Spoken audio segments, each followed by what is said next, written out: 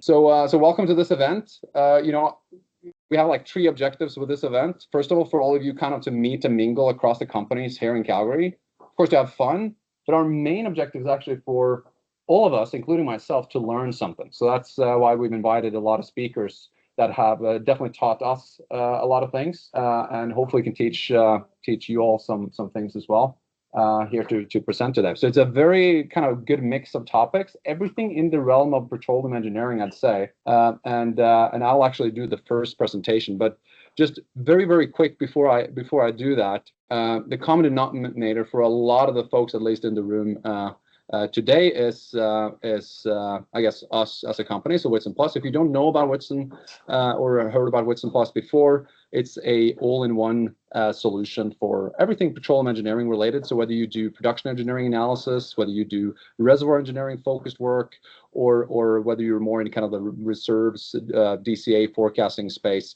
we would like to be a tool that you can use for relevant workflows in those spaces. The goal from the beginning is always to build kind of like a bridge between reservoir engineers and production engineers. And a very simple example that we've helped a lot of the companies in this room with, or that we're helping them with that right now, is to take production data, artificial lift data, and how that changes over time with some kind of cloud integration, whether that's just an API integration, Databricks, or Snowflake, and then calculate bottom hole pressures on every single well, every single day. And bottom hole pressures is one of these things that you need across both production and reservoir. So it's like one of these things that we all need, together with maybe PVT, for a wide range of different types of analysis. And I think all the presentations today, whether it's super specialized or pretty simple, it will kind of all be under this umbrella that I call like modern petroleum engineering.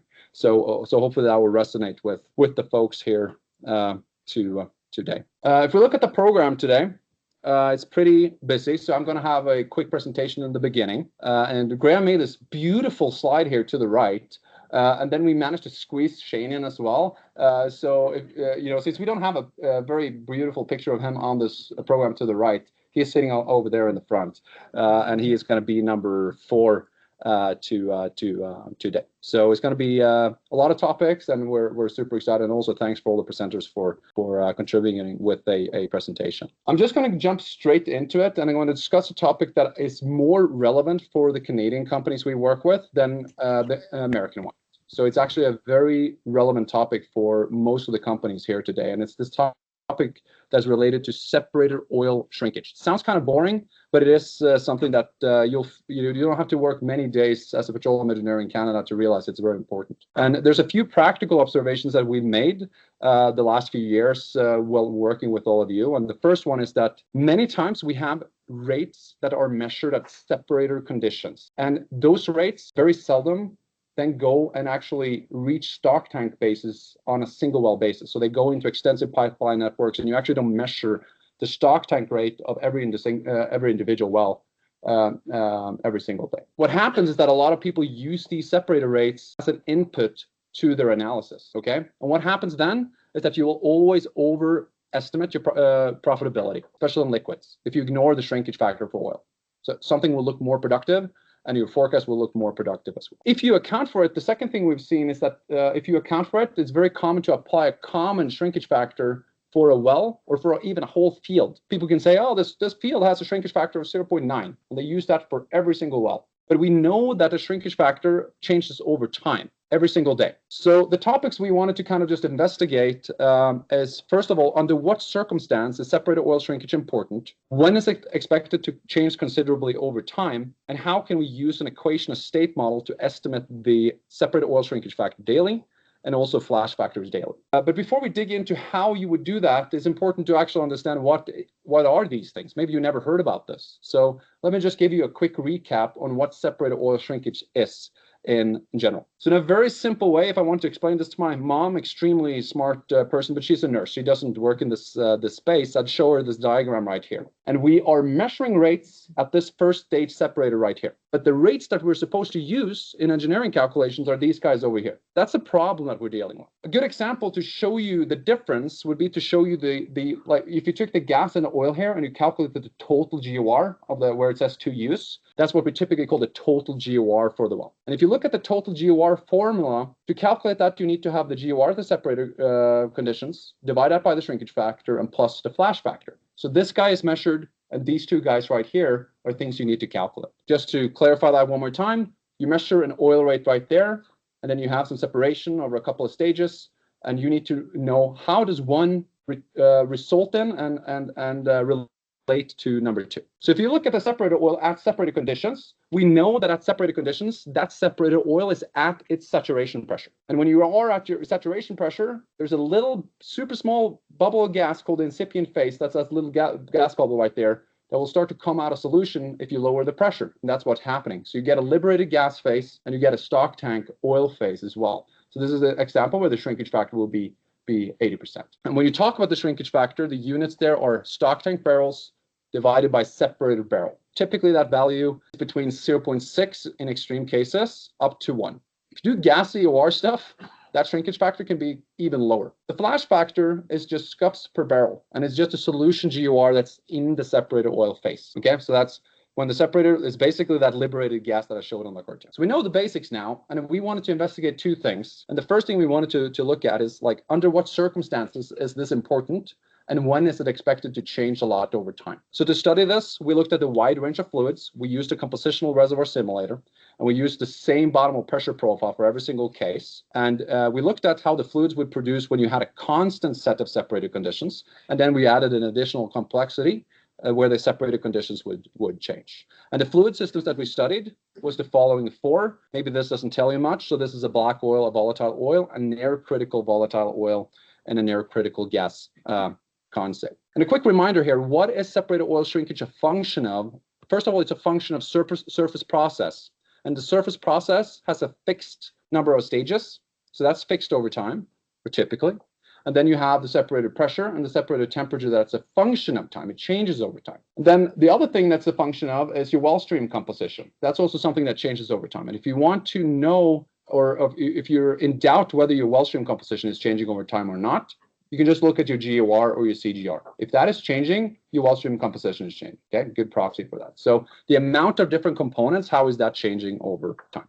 If you want to be convinced that this is actually happening to every single of your well, I could probably take any well here, unless it's like a dry gas well or a wet gas well, and you'll see that C1 content and C7 plus content is changing over time for all of these wells. And if you want to look at the separated conditions, this is real data. Typically what you'll see is that pressure is being reduced with depletion, follows a very similar curve to your bottom pressure typically, and your temperature would typically change with the seasons. So this is like hot in the summer, warm in the winter, unless you're in Calgary and there's like a Chinook coming in. You'll see, maybe not, that's Texas, maybe it looks different here. The basics are, okay, if you have a lower separator temperature, then your shrinkage factor gets lower. But more importantly, typically what you see is for wells in the Duvernay, for instance, where the separator pressure is very high in the beginning, then your shrinkage factor is typically very, very high as well. So that's just the basics. So that's just for you guys to be aware of. So if you look at this first case, constant separated conditions over time, and we run that just over time. It's constant temperature, pressure, and surface process over time, just 4 different fluid types. We see that the shrinkage factor for the black line, that's the black oil, basically doesn't change. Volatile oil changes a little bit, and then we see with more compositional changes, which is expected with a volatile oil and a near critical gas condensate, then the shrinkage factors are changing also more over time. And if I superpose a kind of what you see in nature, a changing separator pressure and temperature, and how that changes over time, and you superpose that on the data, the changes over time will be even more drastic. So especially for the critical fluids, you can go down to like 0.75 up to it's almost up to 0.9. So huge change over time that you can also see in the field. So to summarize, we know that shrinkage factors and flash factors, they should be updated more frequently if you're dealing with something that's more, call it liquid rich, and also if your separated conditions change more with time. And also when your well stream compositions are changing with time, okay, what's the simplest way to check that? If your GOR is changing a lot with time, if you see rapid decline in bottom pressure, well, typically then your GOR is changing as well, at least if you have a saturation pressure. If you have a lot of shut-ins, you see the CGR kicks, then you'll have a lot of compositional changes, or if you inject any type of gas. Okay, so we know this is kind of the problem or when it's important, but how can you deal with this practically? And you can use an equation of state model to do this every single day for every single time step. That's what we are helping a lot of you all with, especially that has separator measured rates. If you have an equation of state model, that is equation of state model, can that be used to estimate these shrinkage factors and flash factors daily? And the answer to that is yes. And what you need as an input is your separator temperature and pressure. And you also need to have your GOR at the separator over time. And when you have that together with an equation of state model and some sample, what we call seed feeds, you're able to predict the well stream composition. And when you have the well stream composition, you can then process that through whatever process you've defined, and you can calculate the shrinkage factors over time and the flash factors over time as well. And for those who have used the software, if you upload separator rates just up there to the right and you click save, then this calculation is actually done automatically for you. And you can do it's a simple way of doing it and it's a more advanced way of doing it. So this is just a reminder because we know this could be more relevant for you guys than maybe for a lot of the folks down, I don't know, down south. Is that up here in Calgary? I don't know what you call the Americans, but I'm Norwegian, so I'm just going to say that. Good. So this was what I wanted to go through. Is more of like a infomercial, just like be aware of it. And I know a lot of you are aware of it already, but if you don't know, if you haven't asked yourself the question, are my rates measured at separator conditions or stock tank, at least make sure that you understand that with your data set before you go ahead and do analysis. Any questions, or are we going to just jump to the next presenter? That's a difficult question. That's a good point. So the two more critical fluids here, they were around the critical point. So that's 4,000 scots per barrel or 250 barrels per million. And I think that's like 710 or 700 cubes per cube or something like this. Okay, so that's around that range. So do plus minus 1,000 scots per barrel in that range. That will be the complex fluids. The black oil is typically less than 1,000 scots per barrel, and the volatile oil was somewhere close to 2,000. Any other questions? Yeah, so that's another very good question. So there's actually two calculations that's going on at the same time in the software. One is what you call common process conversion, where you basically reprocess these well streams into, for instance, a multi-stage separation process. Then you use your PVT tables. When you generate your PVT tables, they'll be 100% consistent with the rates that you're using. Because when you use PVT tables, they have also assumed a certain surface process. So in Wits and Plus, when you put in the surface process for your PVT, and if you run the common process conversion, they will always be 100% consistent. And those are the rates you should really use. And then for the shrinkage factor calculation, that will just be a shrinkage from those conditions down to stock tank, a single stage one. And the reason why it's that is that typically when you QC it with the laboratory, they will go out and they'll measure a sample and they'll just take that directly down to stock tank. So those are typically the numbers you'll compare. Separator oil rate, do you also need separator pressure? Yeah, so it's separator oil. Yeah. Or just one?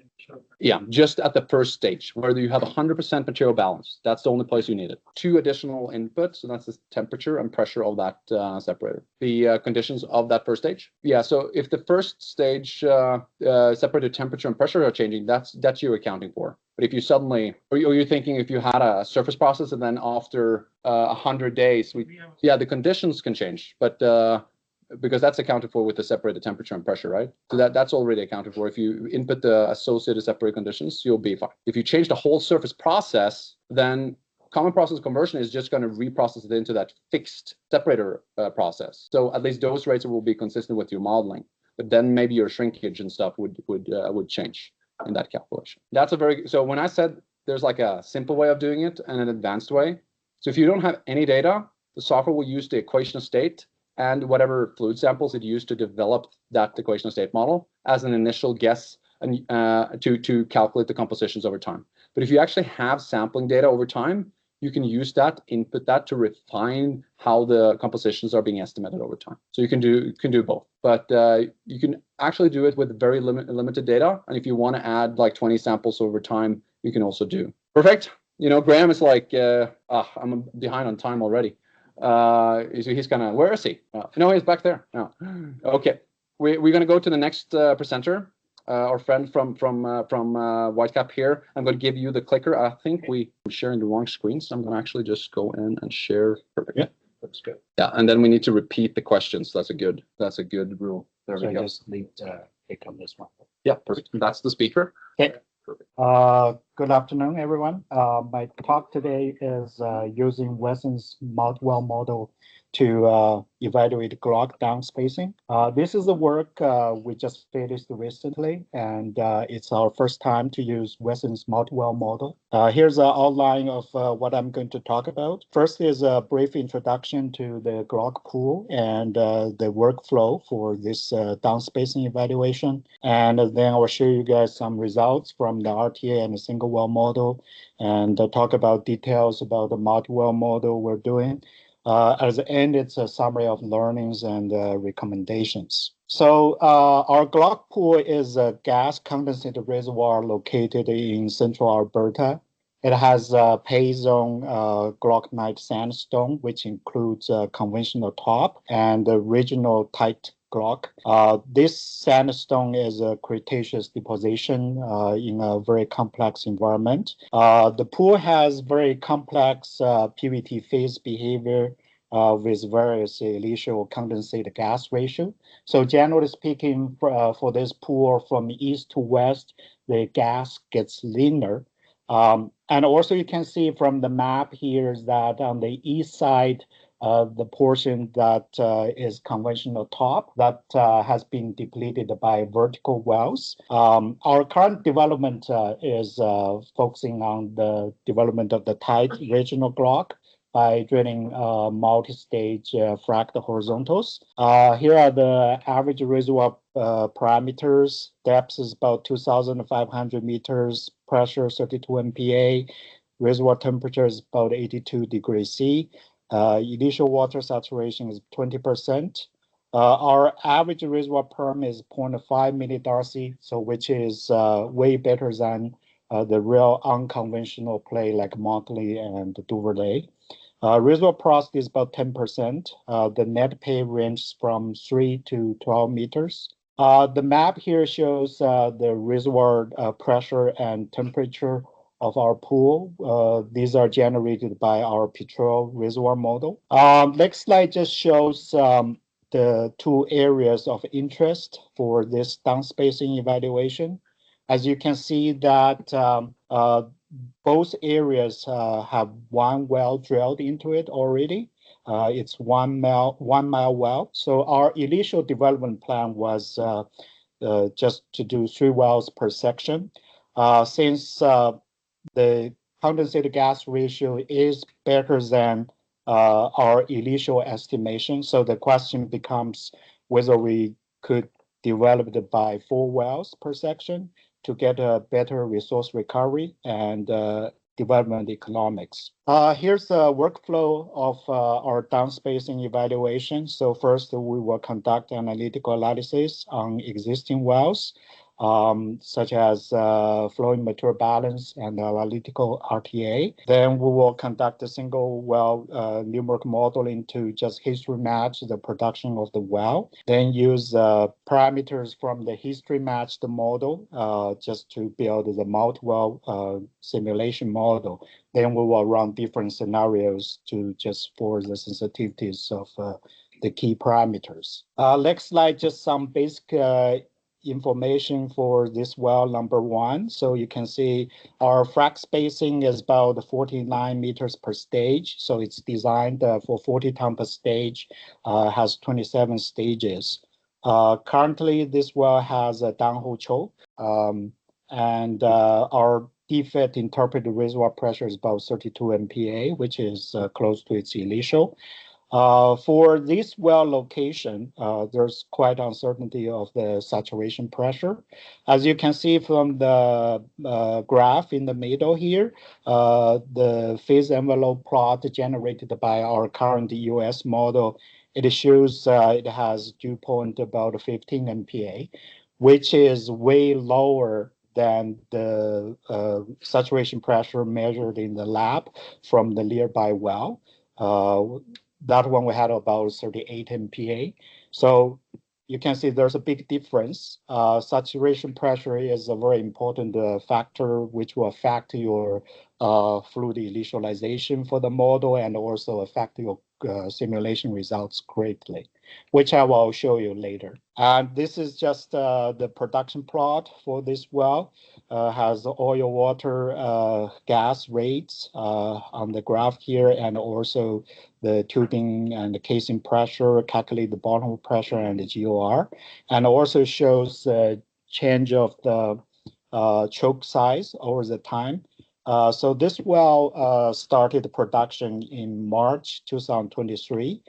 Currently has about 2 years production. Next one just is a FMB analysis. You can see it has contact the oil in place about 130,000 barrels and gas in place about 2.9 BCF. From RTA analysis, you can see that this well is in boundary dominated flow and just finished the linear flow pretty much recently, given the time it shows. Next one just shows one case of the history match results of the single well model for this well. The GOR only method is used for the model's fluid initialization, which will have 15 MPa saturation pressure, as I talked before. And the key reservoir parameters are listed here for this history match model. So the graphs here on the top panels showing the oil, gas, and the water rate, and the bottom ones are the match of bottom hole pressure, GOR, and water cut. You can see we have a decent match on the rate. It's all for us. It's always a challenge to match the bottom hole pressure for the early part of the production life, but we match the later on portion. As you can see here, the GOR graph in the bottom middle here, there's no match at all. This is how it looks like on the cumulative plots. Again, the early part of GOR is totally off. Next one just shows another case of the simulation. This one used GOR plus PSAT method for the model's fluid initialization. So this one using PSAT, we just set the saturation pressure to be the same as measured in the lab. As you can see, definitely it improved the match of GOR a lot, at least trend-wise, it's better than the previous case. But you may realize that the key parameters here listed are quite different compared to the previous case. This is how it looks like cumulatively for this simulation case. Next one just shows the multi-well model setup for our target area number 1. At the time we did this evaluation, so we already drilled the 2 another non-horizontal wells into this area. So the question becomes whether we should drill the 4th well on the east side, whether that will give us an incremental oil compared to the 3 wells development. So I built the both 1 section and 2 section models for the multi-well model. For the 1 section model, it can honor the existing wells production history and just assume other infills produced at the same time. For the 2 section model, since we don't have any actual production data for the 2 wells, so just assume all the wells produced at the same time, just comparing 3 wells versus 4 wells case. For the forecast control is bottom hole pressure. Currently, that's the only one available in this multi-well model. So the minimum bottom pressure is 2,000 kPa and 600 days to reach that minimum bottom hole pressure. This is based on the kind of actual profile of the wells in that neighborhood. Given the saturation pressure uncertainty I mentioned before, so I built multiple scenario runs to include the different fluid initialization and different reservoir parameters, and also test the sensitivities of frac half lengths too. Next slide just shows setup for the target area number 2. This one is relatively simple, so just build the 2-section model for this case. The others are pretty the same. So you may notice that the model reservoir width is not exactly 1,600 meters as the length of the 1-section land. The reason for that is right now there's no direct input for the distance of the well to the boundary. So it's calculated based on the closest well distance. This is something I wish it could be improved down the road, but this shouldn't affect our simulation results. Next one, just show you what the simulation results of our 1-section multi-well model. All the dots on the graphs here are the actual production data from the existing well. At the top of this slide here, you'll notice that there are different panels which are used to enter all the inputs to build this multi-well model. And for the existing well in the multi-well model, it can be easily linked to its PVT data, production history, and also well schedule.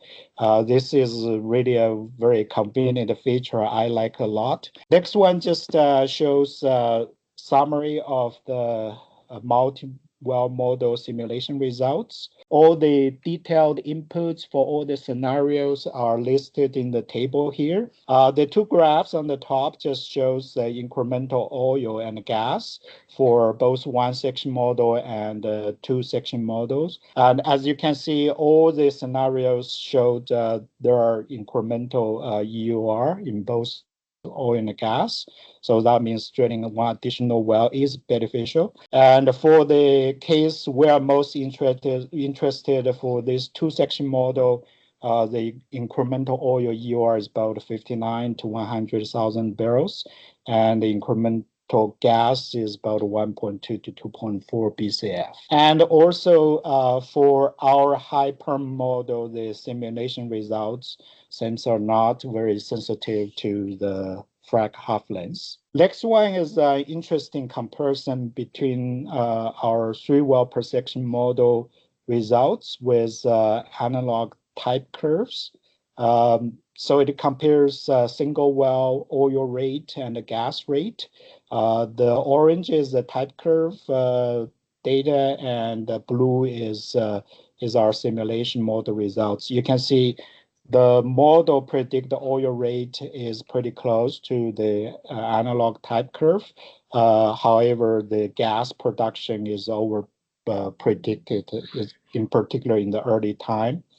So based on the model's incremental results, our smart reservoir engineer, the development engineer applied to proportional adjustment to the area type P50 type curve just to use for the further development economic evaluation. So at the end, it's a summary of the learnings and recommendations.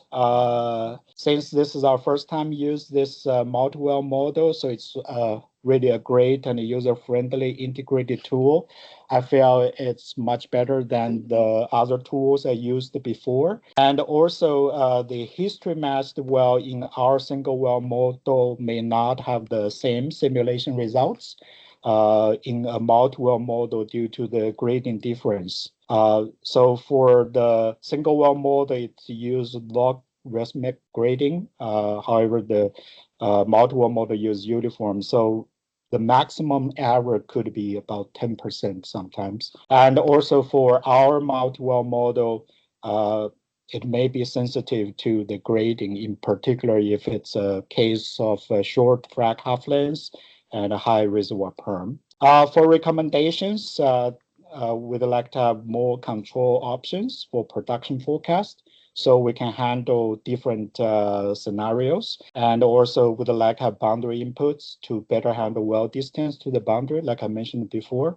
And also would like to have the capacity to build a more complex reservoir model and the flexibility to set up the horizontal wells, like using different frac spacing, well lengths, etc. Western's single well model has a great function for sensitivity test and the Monte Carlo simulation, which I wish we could have that for the multi-well model down the road too. So that's all I have. Any questions? Yeah. And question for the people online. So if I understand correctly, so you are asking because we're putting the well in a large, bigger reservoir model. So will the history match change of the pressure or not? That's a good, actually, I didn't recall what's kind of change for the bottom hole pressure because I noticed the rate changed about 10%. That's a maximum case.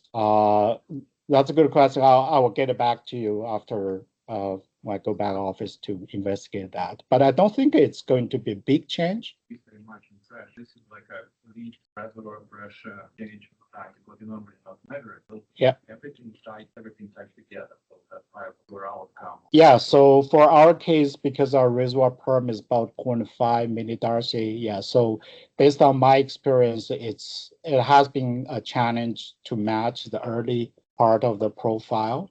That's something we are investigating and to collect more data for that. And because we don't have any actual pressure data, actually, just recently we set up a downhole gauge just to collect that pressure data to verify that, especially the first early part of the life. And the second thing is about the single well model versus like a multi-well model. Yes, you're right. Definitely expands the reservoir volume. It could have some difference since I saw there's difference between the oil and gas rate compared to the single well model. Yeah, I think I discussed with Weston's technical support too. I think one way to handle that is I think they want to change the grading, make it the same. That's one part of the arrow difference introduced, but also the reservoir volume is different, so that could be another potential source of the difference. Yes. I have to be a little strict here, but I like that we end with like a feature request list here. Awesome, appreciate it. The applause for our friend here. Right, next up here should be our friend Doug. Get the sharing going again. There we go. And so Doug is with CNRL, and it's going to talk about drawdown sensitivity. So I'm going to talk a little bit about a liquid-rich condensate reservoir. And this is a little bit of a case study. This was done in conjunction with Matthias and the Whitson team.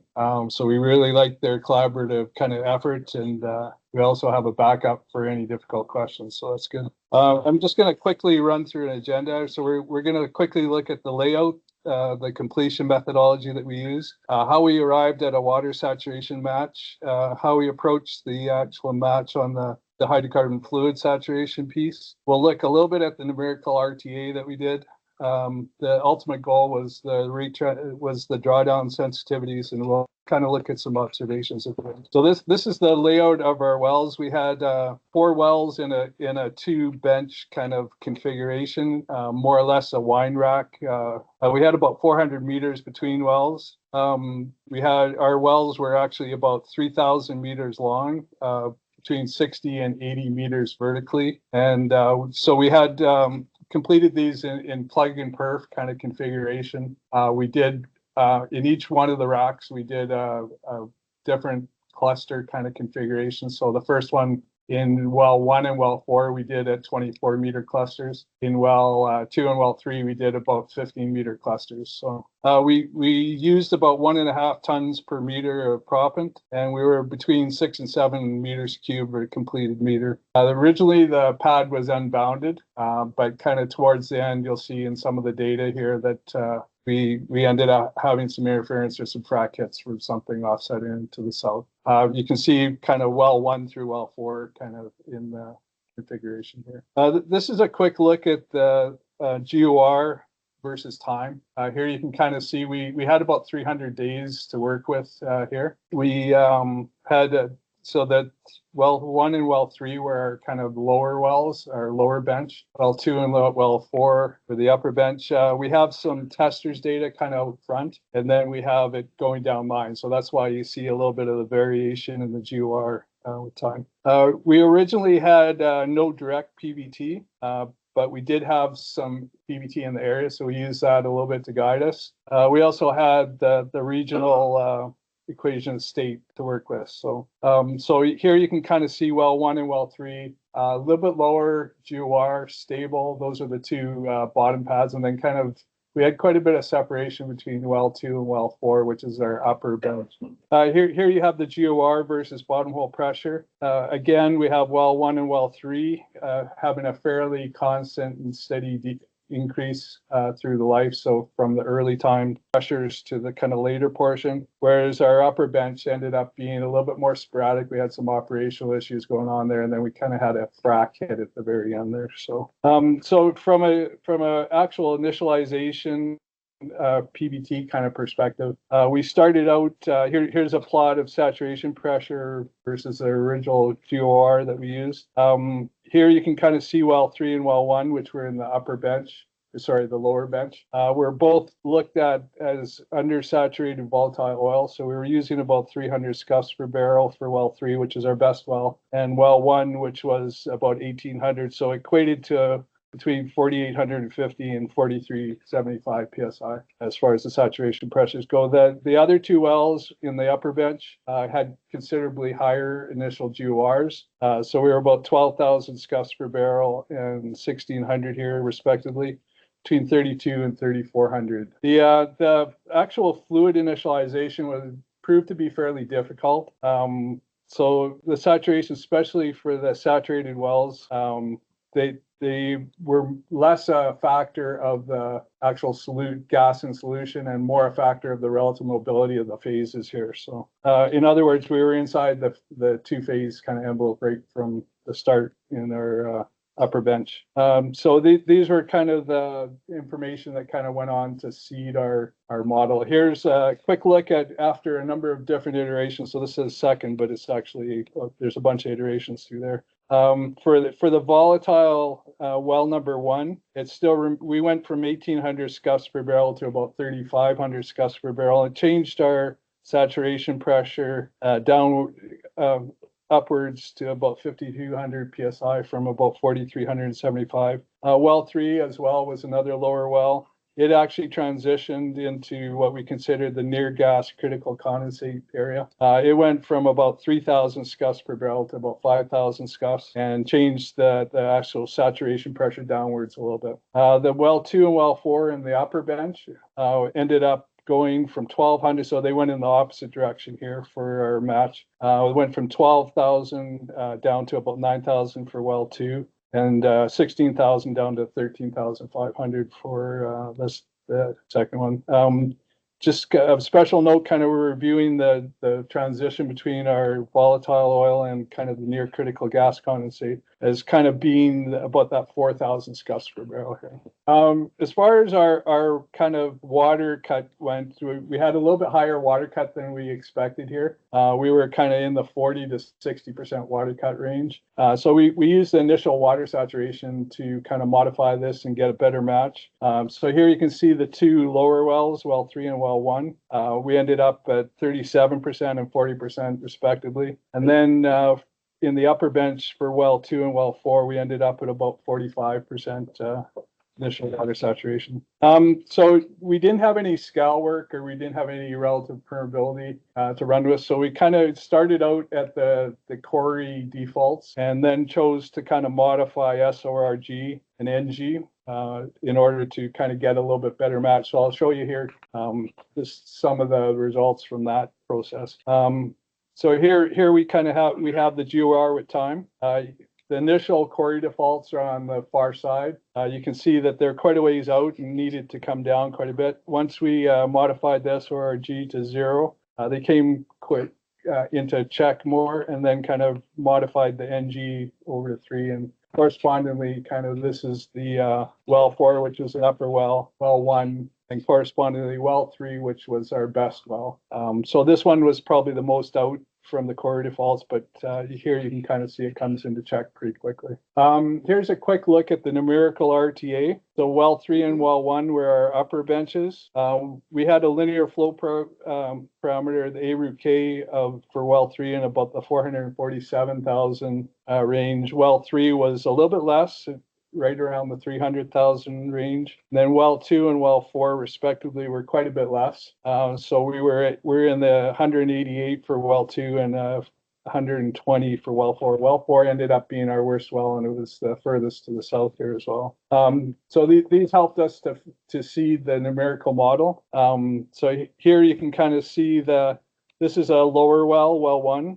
The actual, in this particular case, our original oil in place ended up being about 3.4 million barrels. Once we were done the evaluation here, we ended up with about an XF of 157 meters. This was one of the wider spacings on our cluster configuration.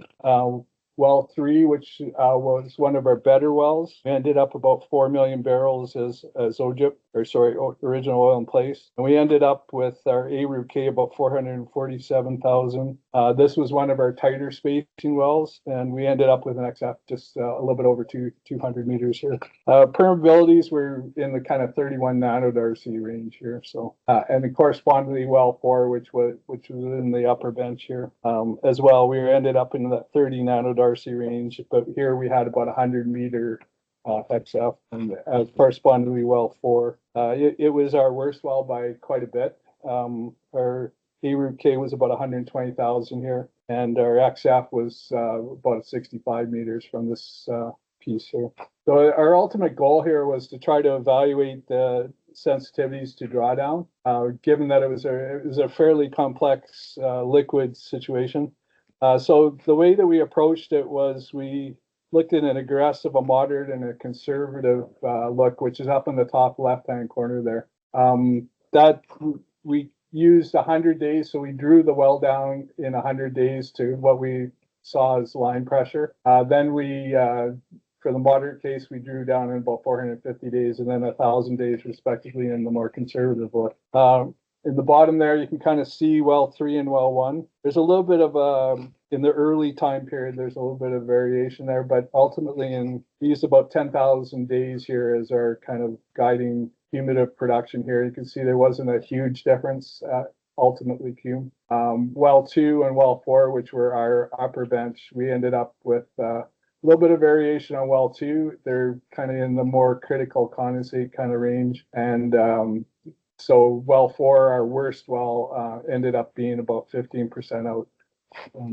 So it had a little more significance for well 4. So just kind of from an observation perspective, so we employed kind of a regional PBT approach in the equation of state. We did some history matching, and we used some simulation techniques. We used the actual fluid initialization and relative permeabilities and water saturations to improve the accuracy of our model here. We ended up with the lower bench, which was well 1 and well 3 here. They were considerably more pore volume, and so the numerical RTA helped us out in trying to get that kind of nailed down a little bit better.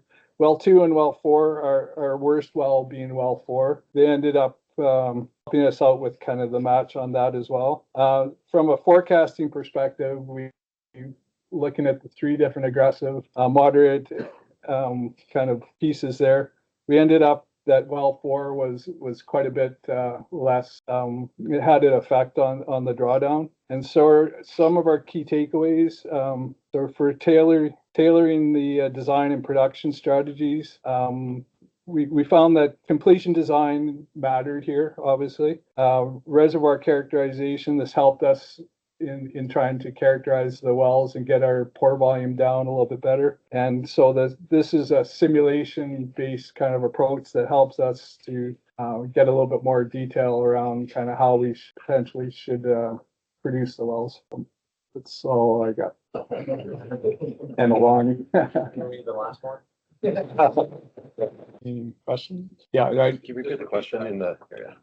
So the question was, have we looked at the economics? So put the profiles into an economic program, and and then run them out. We haven't at this stage. There is a little bit more work to do on this for sure.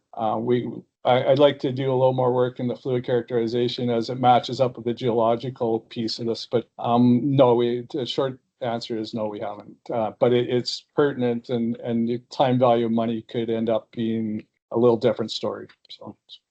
So if you're generating your reservoir model and those type of parameters based on infinite acting state, are there any like considerations when it comes to forecasting or later time period on low as you do here? Yeah, so this is all infinite acting. I probably didn't drive it home enough. This whole piece is infinite acting. Obviously, the boundary dominated, we need to get to boundary dominated flow to get a little bit better read on the actual overall porous. So it's conservative from a numerical RTA perspective. I don't know. Yeah, so I think and it's a very good point. It's like, okay, what about the forecast and the resolved half lengths and that stuff? You need to be able to take that with a grain of salt, and those numbers will be conservative. But for the exercise that we were looking at, and you can try this yourself at home, it's actually more of the relative, like the relative mobility items that can give you that relative uplift. And that was actually what we were mostly after to look at in this stuff. There's one question in the back there, and then we have to go to the next presenter. It was quite consistent, actually. We used the same height for all the models. So we wanted to do something comparatively the same for each one of the wells. Yeah, so we were in the 30 to 40 meter range for the actual height. Perfect. That will have to be the last question. And the last question was about the height. How did you find the fracture height? It's a really good point, actually. Those are the things we should discuss here. So in the breaks, we'll do that. Thank you again, Doug. Appreciate it. I think there is one more presentation now before the break, and that's my friend Shane. Do this have like a pointer? No. I think if you want to point, you need to do like a laser pointer like this. Okay, right. So you have to use the keyboard. Anyways. This is the last one before the break, right? Yep. Yeah, excellent. Hi all, my name is Shane Tapper. I'm a Director of Data Analytics and Integration at Paramount Resources. So today I'll be presenting software and data integration overview. So it's a little less technical than some of the other presentations. Basically, it has to do with bringing the software into Paramount, how we went about that, and then the data integration and automation. So automating the data through the API and then automating throughout our entire workflow. Now, our company is about 350, 400 employees. I talked to a friend of mine here today. He has a company of 20 employees. So bringing Whitson into a company like that may be a lot easier. But so we'll go through that whole process. Yeah, we'll just dive right in. So the request came from the business, EVP of Development and Reserves, Executive Vice President, and Director of Development and Reserves.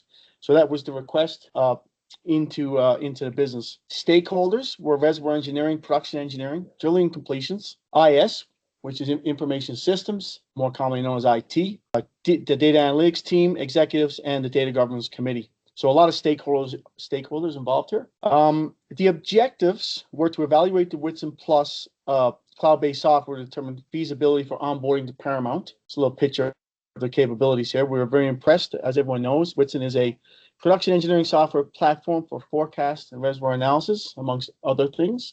So that was one objective. First of all, to evaluate it and see if we thought it was fit to replace our in-house competitor software that we use for RTA, et cetera. Work with IT and the data governance committee and stakeholders for project approval was the second objective. And then automate the data integration to and from Whitson Plus, which is, we'll get into, may interest people a lot here, how we done that. Justification.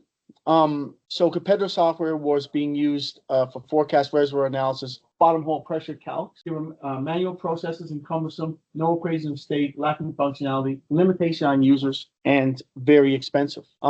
Competitor software was also being used for DFIT and PTA analysis, expensive dollars, and also a very manual process. So the main PRL, so that's Paramount use case, was really to start with was for bottom hole pressure calculations. Production data analysis, including RTA, choked wells, and nodal analysis for complex wells, wellbore configurations, and gas lift optimization. But what really got us interested in this software initially was bottom hole pressure calcs, because we had a very manual bottom hole pressure calc workflow. We have about, I think it's about 1,500, give or take a couple hundred wells, and we wanted to automate the whole process and have those bottom hole pressure calcs every day, early in the morning, for our friends, the reservoir engineers, and which they're all sitting over here, my colleagues, the reservoir engineers, and the production engineers as well. So yeah, that was the original justification. So then the approach, again, high level, executive champion and driven. So the EVP of development and reserves. So if you got a project that's driven at a high level with your executive vice president, you've got a very high chance of success of getting it over the line.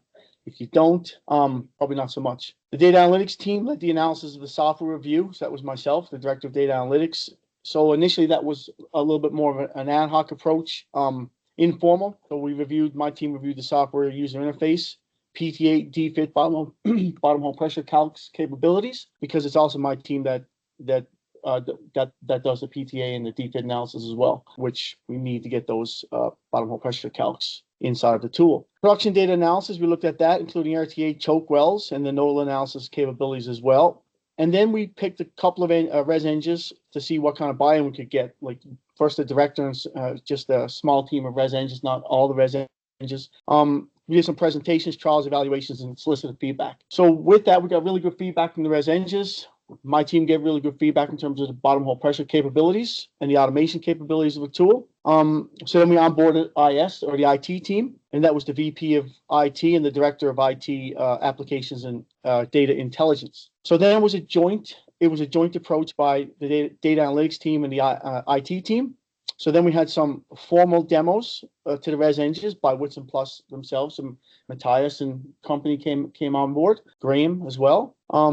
Production engineering trials and demos by Whitson Plus, and then IS evaluate the software, security, and contract, and all that really interesting stuff as well, which had to be approved. So then project approval came from the VP of IT and the director of IS. Obviously was championed by the VP of development and reserves. So now that we had the tool in-house, we were ready for data integration and automation. So that was a multi-team effort. Drilling completions were required, the data analytics team, IT, Whitson software team. We really needed their collaboration and back and forth, and we'll get into that. And then the res engines and production engineers being the end users as well. So it was a very collaborative approach that touched a lot of different departments in the company. So the first thing we had to look at is the front end.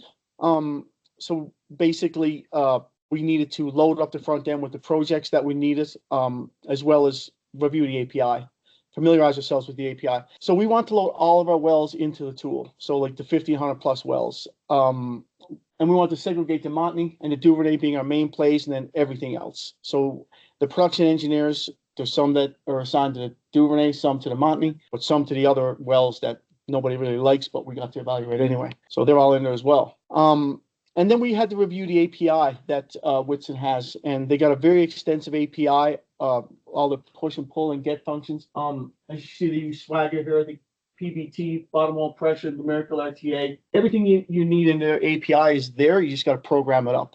Well, it actually wasn't all there, but we'll get into that as well. But the collaborative back and forth, we added to their API as well. So the next step was data checking and provisioning at Paramount. So we had to make sure we had all of our data in a form and in databases where we could tap into it with Python and load it straight into Whitson. So the first thing we looked at, number one here, GDC reflection. We had a SQL on-prem GDC reflection database, we called it.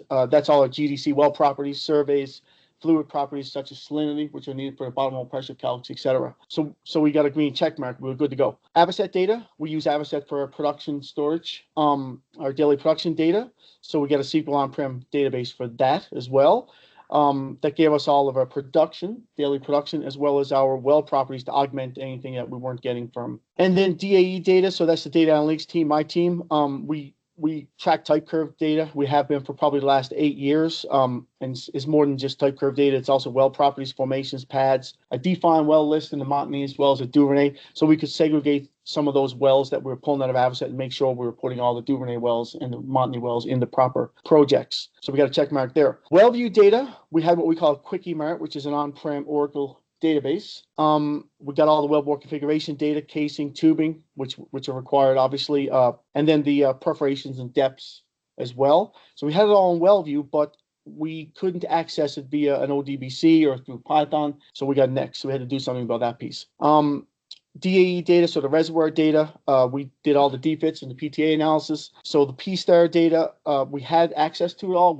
but we didn't have a really good workflow to get that data, to stage that data in a place where we could take it immediately and load it into Whitson. So we had to enhance our workflow. And then the Whitson Plus software system, cloud-based, had an API, so we're good to go there. No problem to program into that and start working on that piece. So then number two here is we had to fix up some stuff. So we worked with the IT team, database designers, to create a SQL database for our WellView data. So now that gave us our WellView data in a SQL database, all of our gas lift data, our tubing data, casing data, so our wellbore configuration data. So we're good to go there as well. Then when it came to the actual open close pressures, valve numbers for gas lift, and a lot of our wells are gas lift, our company was not inputting that data into WellView. So we had to come up with a whole new workflow there, working with the D&C technicians, drilling completion technicians, data analytics team, and the production engineers who designed these gas lift, come up with these gas lift designs. So as soon as they were installed in the wells, we wanted to make sure they were loaded into WellView, into the database, so we could extract that data and load it up into Whitson Plus. So we successfully got that workflow in place as well. And then the last step, we needed to enhance our DFIT workflow so we could have those reservoir parameters and properties such as P star loaded into Whitson automatically. So then we were in a position where all we had to do now is program everything up with Python and automate it. Which takes us to the next slide. A little bit of a busy slide. Well, really the key takeaways here, we had 29 functions in what are called Whitson Connect in Whitson's API. They got a lot more functions than 29, but we just need to use these 29 functions. And we definitely helped develop probably 6 or 7 of these with the help of our friend Teja. So he was instrumental, the collaboration back and forth, where he was instrumental in giving us some of the functions we needed so that we could basically use Python to load these, to implement these 9 key scripts. And what we have here really, I just call them API 1 through 9. API 1 and 2 are the most important. So what you're looking at there is your production, survey, casing, tubing, gas lift data. So that's loaded every day from our WellView software system and from our systems and as well as from some of the other spreadsheets and workflows that I mentioned. And then API 2 is the production and well properties data.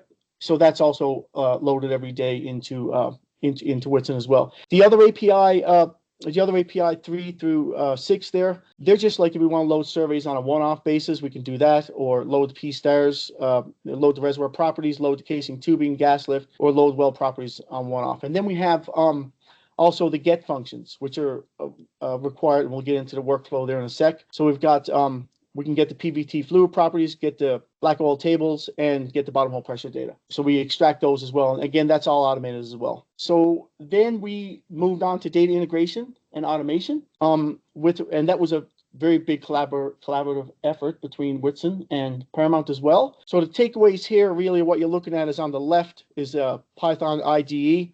So we got all of our data loaded into, we're extracting all the data from our SQL databases in-house and basically loading into Whitson via their API into their software. So that happens every morning at 5:30. And then at 6:30, we extract the data, the bottom hole pressure correlations and daily data, and we run them through our own data pipelines using Python. They feed our Power BI dashboards, our Power BI analytic tools, as well as Spotfire, as well as our web apps.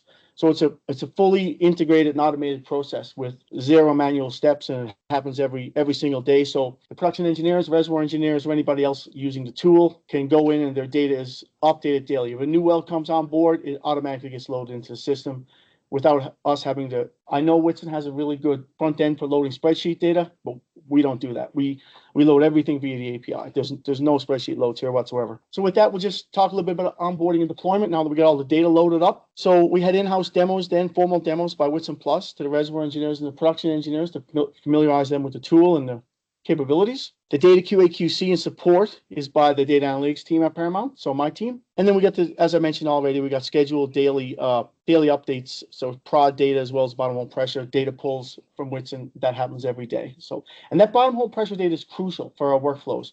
It gives the engineers the ability to calculate their productivity indexes on wells, like with some of our tools. Like all you gotta do is open a tool and there it is. So, and they can do that on all of our 1,500 wells within the company every day without loading any data. Improvements due to Whitson Plus and automation. So the bottom hole pressure calcs are now a fully automated workflow, updated daily versus weekly in the past. Because of the cumbersome manual process we have with our competitor software, we only updated the bottom hole pressure calcs once a week on Monday. Now we do it every day, 7 days a week. Tremendous uptake of Whitson Plus. Well, there's good uptake by the res engines, but particularly the production engineers. And that's due to timely data quality, and tool capability. So they had a tool now they never had before. They're always pulling data from 10 or 20 different sources, loading them in spreadsheets, and now they got Whitson, and the data's at their fingertips. As well, production engineering optimized their gas lift set points and workflows, and this continues. We're continuing optimizing those workflows and making our gas lift just that much more. Res engines, bottom hole pressure default calc was actually switched from Beggs and Brill correlation to Walter's Mine and Gedar. I don't know if I'm saying that right. I definitely cannot say that. We found out that Beggs and Brills for our reservoir overestimates reservoir pressure up to 30%. So here we were overestimating our reservoir pressure up to 30% in our main plays, which was telling us we had better wells than we did. We don't really want to have better wells if we don't have better wells. If that makes sense. And then competitor software license reduction. So we saved a lot of dollars. We want to get closer to the truth is what I mean with that bottom, with that bottom hole pressure. My pitch is always that Whitson Plus gives you higher EOR. This is definitely false. So future roadmap opened up and being worked on as we talk here. So enhanced production gas lift and production analysis workflows. Automated and accurate BO and BG values are going to be calculated and integrated into residential workflows and models. So by that I mean we're going to move on to loading all of our competitor wells for the main plays, such as the Montney Duvernay, into Whitson. We're going to automate that. So we're going to every day we're going to load it in, and then we can use their equation of states to get BOs and BGs for all of the wells, for example, in the Montney.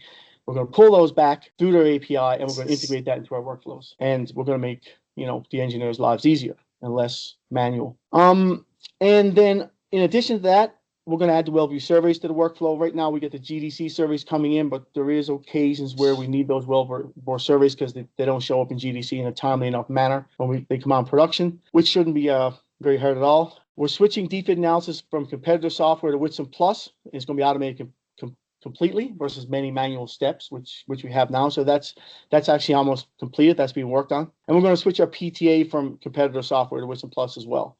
That's being worked on as well. We're going to eliminate a competitor software PTA defect license. We've already eliminated a lot of licenses with that competitor software, but we're going to eliminate some more. And then all code is going to be version controlled via GitHub repository. We haven't implemented that yet. It's not hard to implement, but we will do that.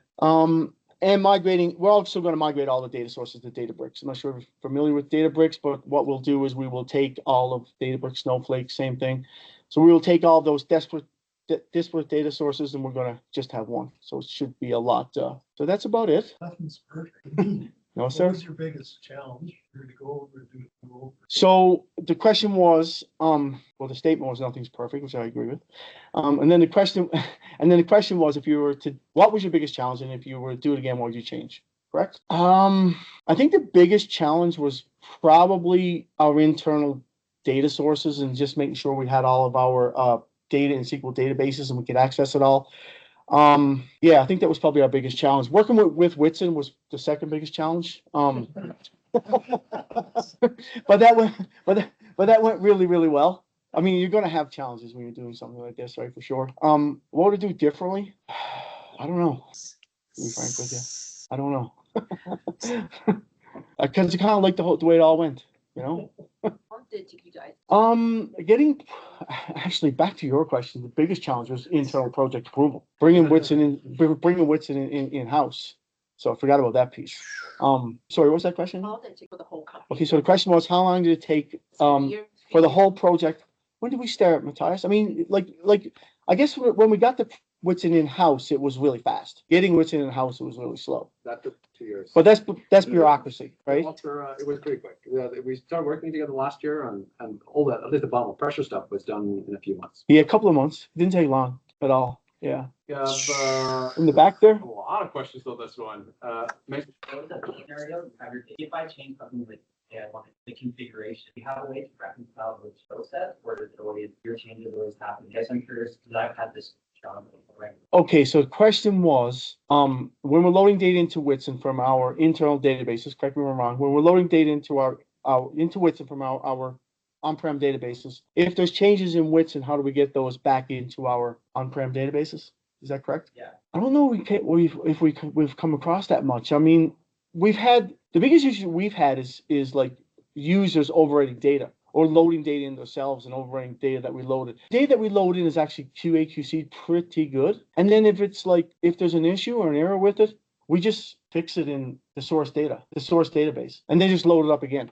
And because this data is loaded every day, the production data is actually appended. But then if there's like, we do actually have a lot of times where there's issues in Avocet with production data or with pressure data. So then what happens is it's fixed like 3 months back, 4 months back, and we're just appending data.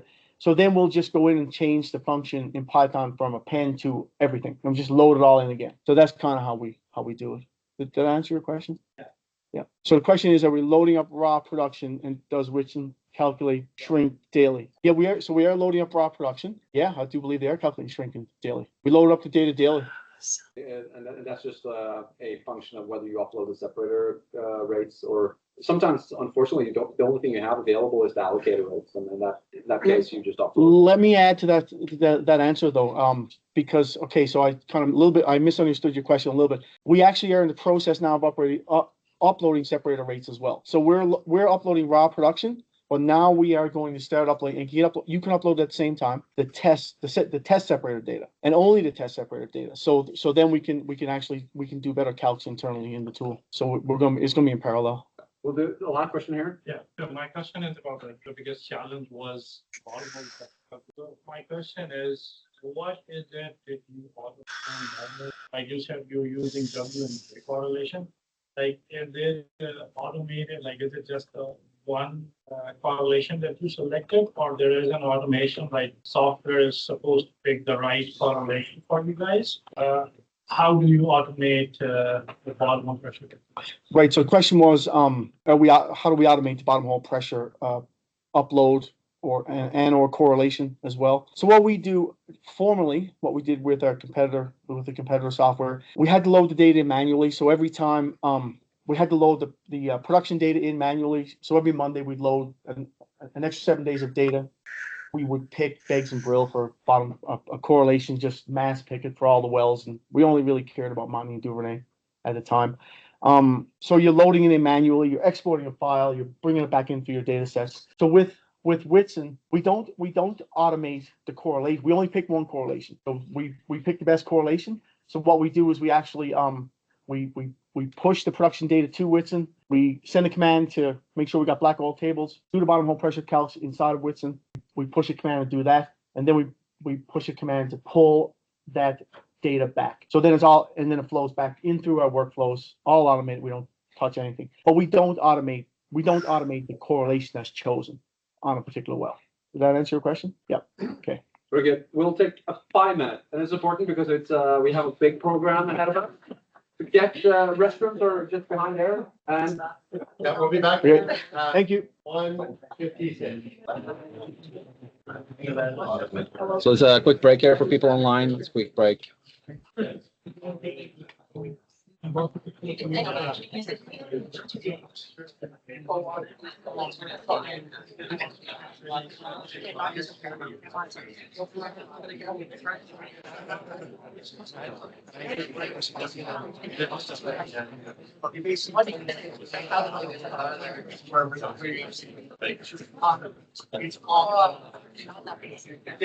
there was a bunch of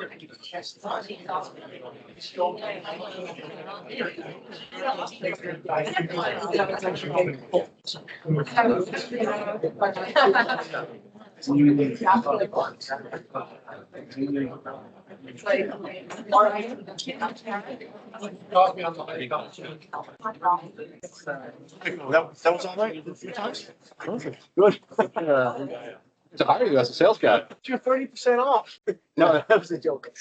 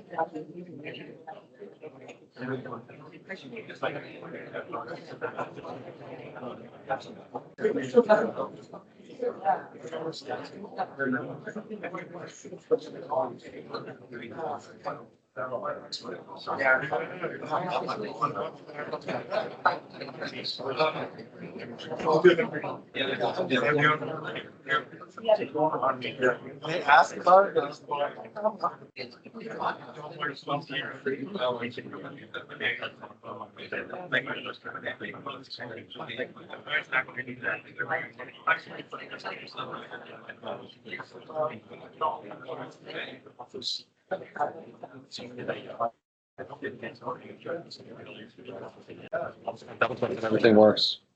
Is it working? Oh, nice. Yeah, let me know. Should be ready. Did I see on LinkedIn that you have like another nickname, like Ryan or something? Yeah. Is that a new thing? Easier for. That's a good name. It's a good name. Try and copy her.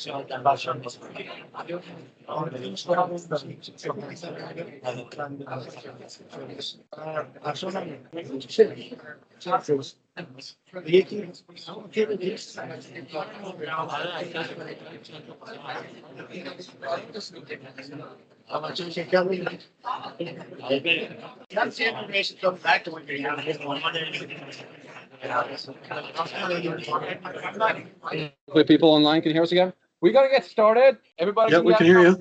Get seated. This happens every time. I realize that people are not here to see me. You guys are just here to mingle.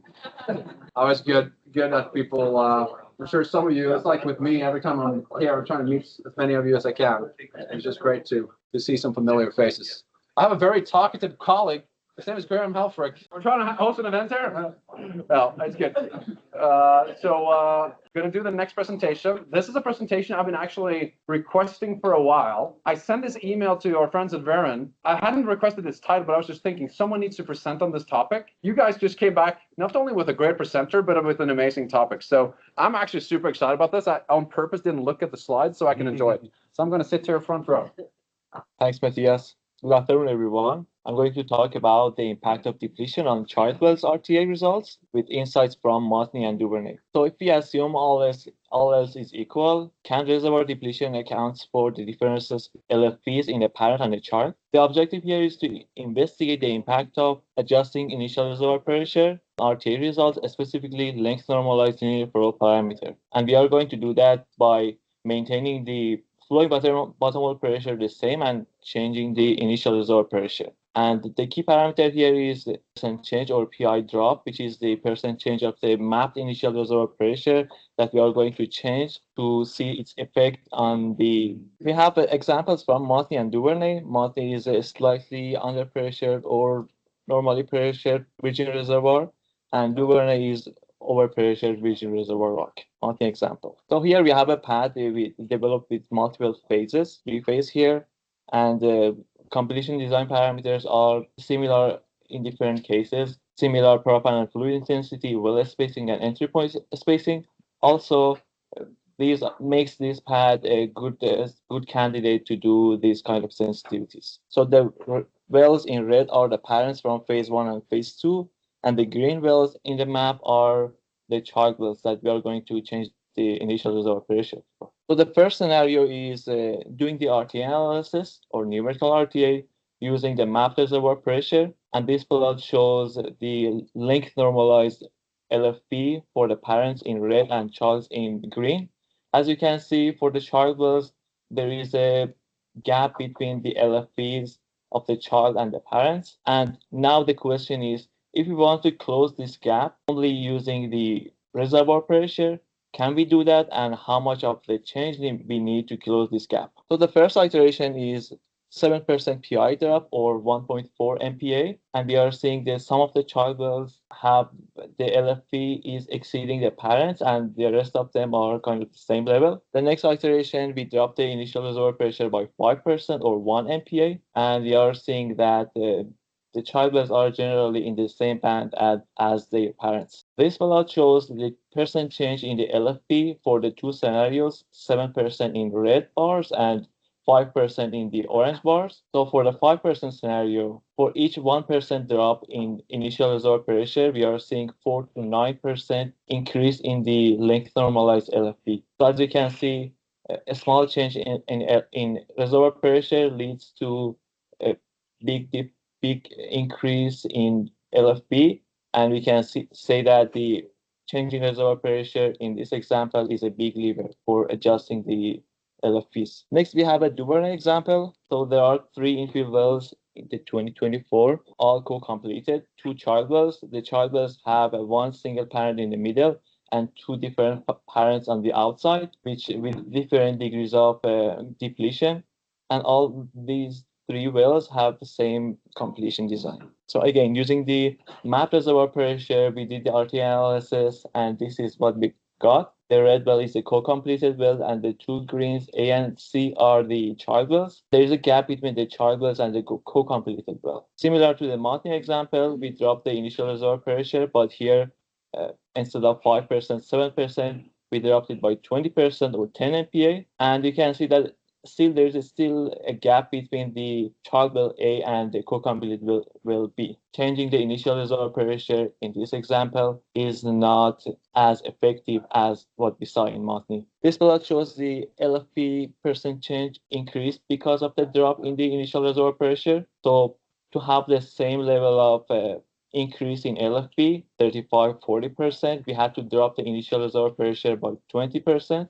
In summary, for the Montney examples, finding the right initial pressure drop percentage was an iterative process, and a small change in initial reservoir pressure, 5 to 7%, leads to a large change in the LFPs. And we think it's because of the fact that the Montney is a normally pressured or slightly under pressure reservoir. For Duvernay example, to see the same degree of increase in LFP, we had to drop the initial reservoir pressure by a large degree, 20%, as compared to 5 to 7%. It appears that in an under-pressured environment, a small change to the reservoir pressure may be an effective means to align the LFPs of a parent and a child well, if you desire to do that. But in the Duvernay example, which is an overpressured environment, adjusting the initial reservoir pressure couldn't effectively align the LFPs. Start here, and then the missing second. Can you comment on your fluid composition of the various examples in situ and the compressibility effects that would drive this? I think here we all have black oils. Just to repeat the question. So the question was about the fluid, the PVT of the fluid initialization for all these cases. It's all black oil. Yeah. For the people online, the question is just, have you looked at other things than initial pressure as an explanation to why the LFP is lower, like a poorer completion, smaller cluster efficiency, etc. So here we compare the wells that we were looking at with each other, but not with the offset wells. And also the purpose of this work was only to look at the effect of adjusting the reservoir pressure on LFP, nothing else. The question about defits, the industry conundrum, how many defits do you run in a pad or another introduction based on the trial? What is your opinion about that based on the study? Yeah, so the question for the people online is about defits, and if you should do defits also for child wells, and how many defits you are doing in general on a regular development plan. The situation with defits is the more data we have, the better our geologists can update their maps, and then we get the inputs from them to do this kind of analysis. So the more data we have, the more defeats we have, the better. Any work, now that you've done this initial work, are you doing any work to predict what the deliverability effect might be on future child wells based on the amount of depletion of the parent? Not yet, but that's something we're going to do. Yeah. Due to time, we're going to give him a big applause again. Then we're going to go to the next presentation here. You know, I'm going to call him Braden, but and then I need to correct myself and call him Jordan. And it's Jordan Bowie from ARC, who's going to present on the topic of calibration of rel perms using monthly data and numerical RTA. Yeah.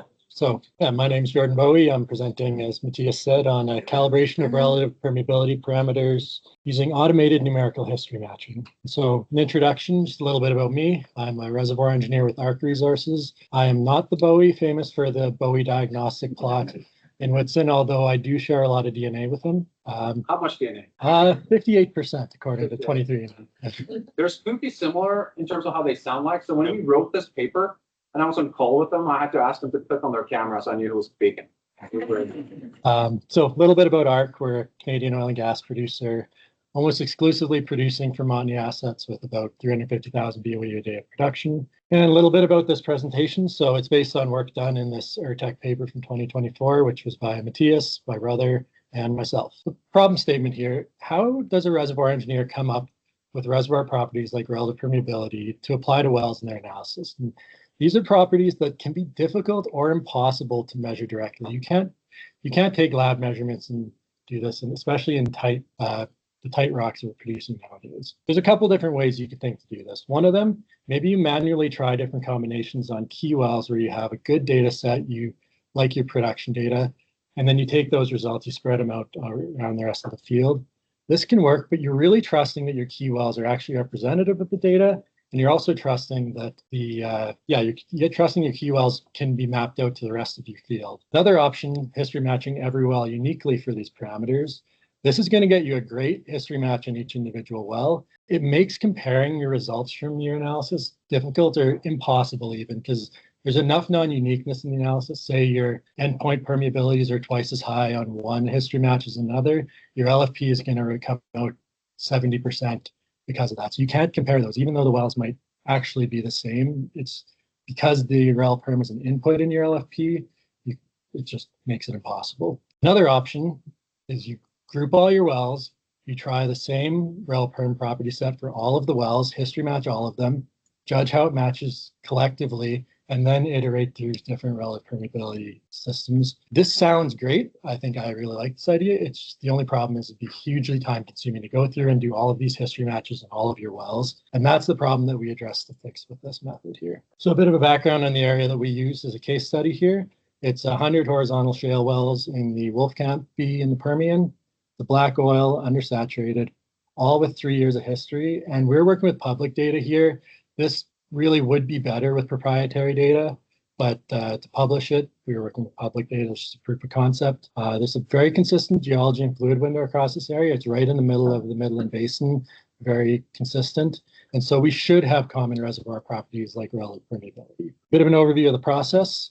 First, we take a property set that we want to try, assign values. Then using those values for our property set, we match each individual well to find the best match for LFP and oil in place. Now, each of those matches is not going to be a perfect match. So then we measure the error for all of the 100 wells, add that up to find a total error for this iteration. So this whole process is one iteration here. And then we alter our reservoir properties, and then we repeat the process 1,000 times. So I'm going to dig in a little bit more into each of those steps. So first step of the process, we're selecting our properties. So we have to define which properties are going to change with each iteration. So first off, the initial water saturation, in this case, we assumed it was a constant value for so every well has the same initial water saturation, but it's going to change each iteration. If I was doing this with our own data, I would probably try to integrate our geology to account for variations in water saturation, but once again, proof of concept here. The main meat of what we're changing is the relative permeability. And so what we're changing here is the endpoint saturations and the exponents in the Brooks-Corey correlations. For this study, we didn't change endpoint permeabilities. And that's because there's a lot of non-uniqueness in rel perm curves where you can have essentially the same match through all of the middle part of the saturations, which is where most wells spend almost all their time, unless you're doing a water flood, which we're not. And so to try to minimize this non-uniqueness and make it just a little bit easier to find good solutions, we didn't change the endpoint permeabilities. Properties which we held constant for all of the iterations are initial pressure, PVT properties, fracture conductivity, and formation compressibility. You could probably change this workflow to try to optimize for some of those instead, but for this, we were focused on relative permeabilities. And then next, the automatic history matching process. So we're using the numerical RTA. So as part of the process, you create multiple numerical models with fixed LFP, decreasing oil in place. Everyone here has used Whitson's, probably seen this picture. Then you automatically select your LFP and oil to minimize your error. And when we say error, we're taking the difference between the model output and the actuals.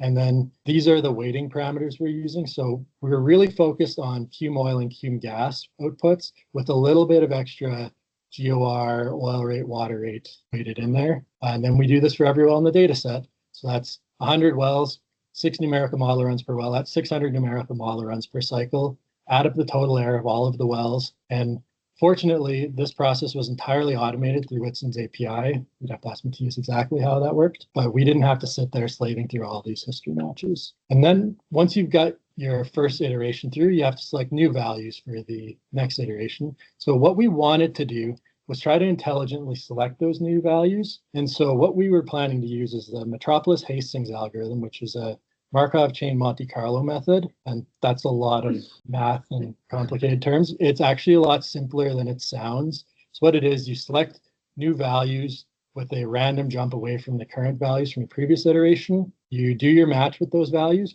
If you get a better result from that, you keep those values and take your next step from there. If you don't get a better result, sometimes you still take that step, and that helps you avoid getting stuck in a local minimum when there might be a more optimum, it basically just helps you explore the whole solution space. Unfortunately, we kind of had issues calibrating this. Sometimes it would always take the next step, regardless of how bad the match was, or sometimes it would only take it if it was better. We ended up just essentially taking out the Markov chain part of it and just selecting new values with a random step away, just a Monte Carlo simulation, but we found that it did end up working pretty well. And then just rinse and repeat. So this is the part where the wonders of cloud computing really show, because we had to repeat this process 1,000 times. So each time you're rerunning, whether it's actually 600 numerical models, individually matching every well's LFP and oil in place. So this is 100,000 well matches. If you're taking 30 seconds to do a match, which is pretty quick, this would be 6 months of full-time work, 40 hours a week coming in doing it. Fortunately, through the power of the cloud, this only took 24 hours. And I think Matthias was running it on the weekends so that no one else was going to see a big slowdown on Whitson when he was doing this. But we're changing that infrastructure now, but it wasn't the weekends. And so, yeah, now I'm going to dive a little bit into the results here. And so here, I'm going to start with water because it's a little bit clearer. So what I've got here is 2 of the main parameters I would expect to affect water production. That's the initial water saturation on the left and the coefficient on NW for the relative permeability. And you can kind of see that you can get a good match with, like, there's a range of values that get a good match. There's not a single optimum, like this is your initial water saturation that matches.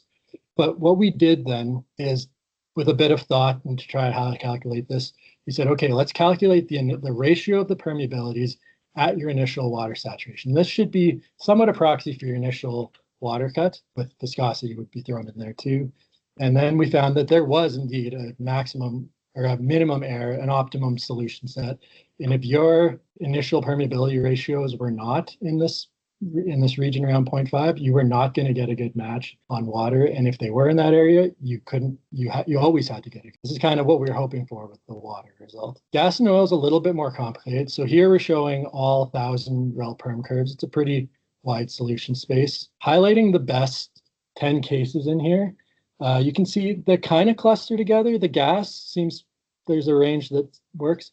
With the oil, there's actually quite a range of solutions that could fit your set well. If you look at around 20% gas saturation, some of the oil cases are at 0.55 and some of them are at 0.25. And this is kind of where, if you were individually history matching and you ended up with a high case on one well and a low case on another well, your LFP estimates for those wells would be way off, but they would both get a good history match. These are a minimum error. So kind of looking here to do a similar thing with what we did for the water, calculated the ratio of the gas to oil permeability throughout the whole saturation space. And we found that things did start to converge a little bit. So the orange curves are the best 10, and then it gets, as you get to lighter shades of gray, the matches get worse and worse. And you can see, especially when we zoom in on the kind of low gas saturation, sub 20%, that's where a shale oil well is going to spend all of its lifetime. If you have to be in that orange band in the middle, like if you're at 10% gas saturation, you need to be at around, I don't know, that's about 0.5,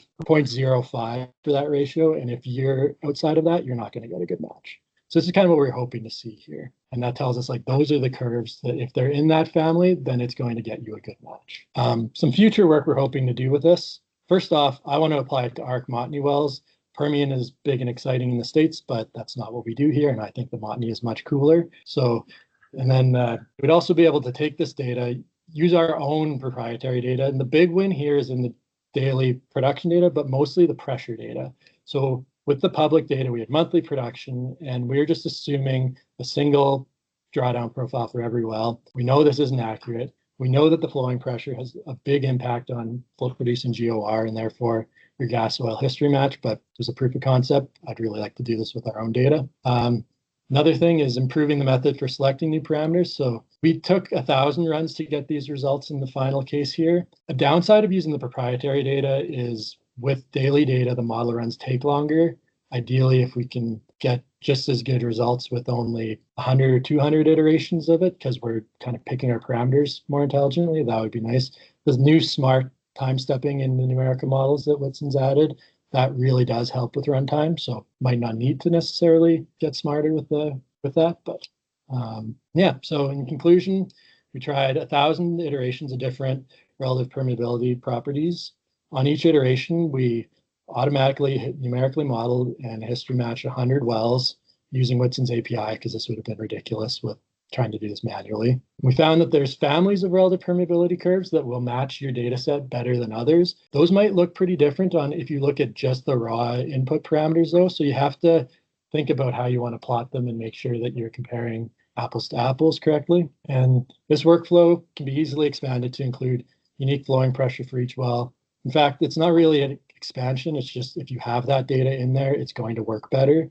You don't have to change the methodology at all, but it could also be used to try to evaluate other properties like fracture conductivity, PVT. If you have a model for how you think your completion design affects fracture conductivity, maybe you can iterate that through to try to match all of your wells better. And then kind of a side benefit that we didn't think about, but it was pretty handy, is it also yields an LFP and OF estimate for every well without requiring any human intervention, and kind of matching all the wells using the same workflow, the same, there's no bias from engineer to engineer. So then you could use these LFP and oil in place estimates for statistical modeling, machine learning.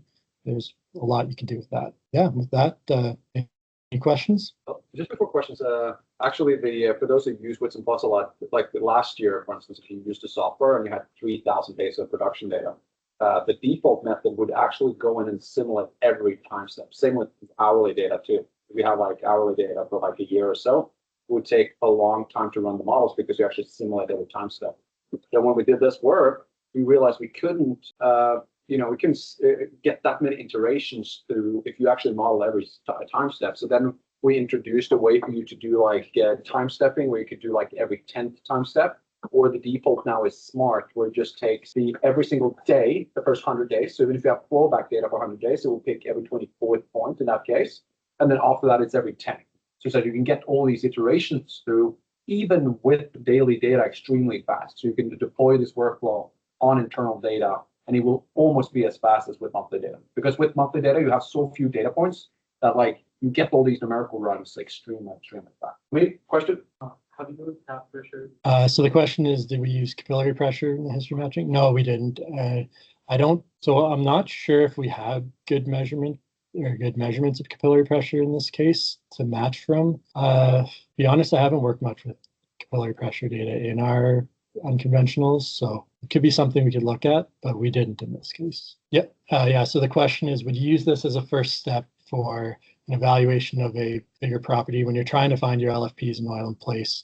Would you run this workflow, get your baseline relative permeability? And that's exactly the use of the case that I'd see for this. It's also like relative permeability. I don't know, when you can't measure it, you kind of just stick with the defaults, maybe make a couple of tweaks, but it's pretty hard to get. I don't know, I find it hard to get my head around exactly which changes I need to be making to make my GOR elevate late time. So this is exactly the first step in getting that. And you can, once you have it, maybe you pick a sample. If you're trying to do more like basin-wide comparison, maybe you take sample wells or you break it into chunks and do this. Yeah, there's a lot of potential. But I think as a first pass, relative permeability curves, this is going to be a lot better than just taking default round numbers that I normally would have done before. Thank you for the presentation.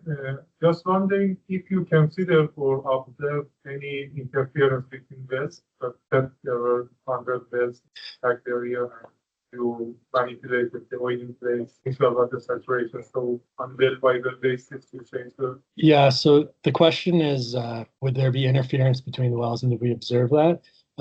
To be honest, with the public data, I think it would be hard to see interference with just monthly production data.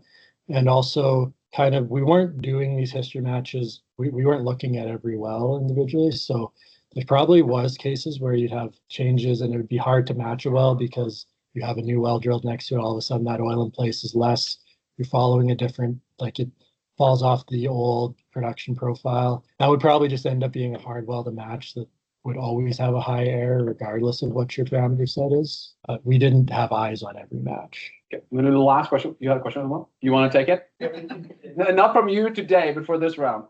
Yeah, so yeah, the question was, if we were to do it internally, would we do some pre-filtering on our data to cut out frac hits or operational issues? And I think, yeah, that would be a good idea. Maybe on wells where you know they had a frac hit midway through the life, maybe you truncate their production data before the frac hit. You might try to filter out child wells. If you know a well was shut in for a long time when its neighbor was producing, and you know there's communication between, you're not going to get a good match in that well. So yeah, just drop it from your study. You would probably want to do a little bit of pre-filtering. The nice thing is, like, you could have 100 wells, you could have 200 wells, and hopefully the one or two wells with those or like however many wells, the majority of your wells should have a good data set. And that should kind of drown out the errors from those bad wells. You probably want to do a bit of pre-filtering to speed things up. Another round of applause. The next guy, he says he's my colleague, and he has the best starting slide that I've seen. But I'm gonna need to close this guy. I actually got to live in Texas for 4 years back with the Ket, and I was invited to be on a race car team, and it was called 24 Hours of Lemons. And you know, the cars, they have to be ship boxes, as you can tell, and you have to decorate them up. And the goal of the race was which car could do the most laps in 24 hours. So we're racing for 24 hours in a row in the rain at night. We're doing it at 190 kilometers an hour. And obviously there had to be some crazy decoration, on the car. So people got pretty creative. And you were allowed to contact. It wasn't really encouraged, but if you were being a little bit too aggressive, then you got the cone of shame drilled onto your car, and you have to keep driving with that the whole race. Okay, so I want to imagine that you are the manager of a race car team, and you have multiple cars in your team, and the goal is for your cars to do the most cumulative laps combined for the cars in your team. Now, some cars have really big motors; they're super fast. Other cars have little motors, they're very fuel efficient, and you have a limited amount of gasoline that you can distribute to the race cars. And this is your job as the manager. How do you distribute it, right? Because every car kind of has its own sweet spot in terms of, how fast you want it to go and the fuel economy. Now, I know this sounds kind of like a game, but this is actually the challenge that production engineers have when it comes to distributing gas lift, right? Every well is going to respond a little bit different to how much gas lift it gets. And some people don't have unlimited gas lift. So this is what we're talking about today. So yeah, my name's Graham Helfrich, and I just want to say thanks to our host Birchcliff as well for this venue as well. So, how do production engineers tackle this problem now? Well, a lot of it is just trial and error, or in other cases, it's kind of set it and forget it. So I did a talk last year where there was an operator who was over injecting, and after they did a quick Whitson nodal analysis, they decided to turn gas lift off. And when they did, the oil rate, it temporarily doubled and it stabilized. So really there was no loss in production for the well. But this happens because as the reservoir GOR naturally rises, the need for gas lift is less. All right. Now let's just talk a little bit about gas lift. Why do we do it? Well, if we have a column of oil or water in the wellbore, it's very heavy. There's a huge delta P in the wellbore because of the weight of the heavy oil and water. And therefore you have a very high bottom hole flowing pressure. So if you introduce gas lift to that column of fluid, you can reduce its density and you reduce the delta P in the wellbore, you lower the bottom hole pressure, and you get more production into the wellbore. That's why we do gas lift. Now, the historical way of trying to find the ideal gas lift rate would be this, traditional inflow-outflow curve relationship. So no gas lift, add some more gas lift, add some more, add some more, add some more, add some more, add some more. But then you realize you start to get it, you stop getting gains, right? As you add more gas lift. Does anyone have any idea why the oil rate doesn't keep going up as you add more gas lift? Any guesses? Friction. Okay, exactly. All that gas has to come back up. And so you start to get diminishing returns as you add more and more gas lift. So, that's kind of the old manual way. But our friends at Devon kind of introduced me to this idea where you can create a relationship between how much gas lift you inject and what the bottom hole pressure is. So if you have no gas lift, you have a very high bottom hole pressure. You add more gas lift, you lower the pressure, and then you're down in the sweet spot. But if you keep injecting more gas lift, well, then you add that friction, you worsen the bottom hole pressure. So if you take all these bottom hole pressure points and you apply them to an IPR curve, you predict what the rate will be of that well at every bottom hole pressure and every gas lift rate. All right. So once you have this green curve, we call the gas lift curve, you can then see, well, where you're operating now, where you could be in the blue dot, and you can quantify what oil rate you might be leaving on the table if you're under injecting. And if you're over injecting, then you're to the right of the blue dot. So this has been around for about a year in the Whitson software.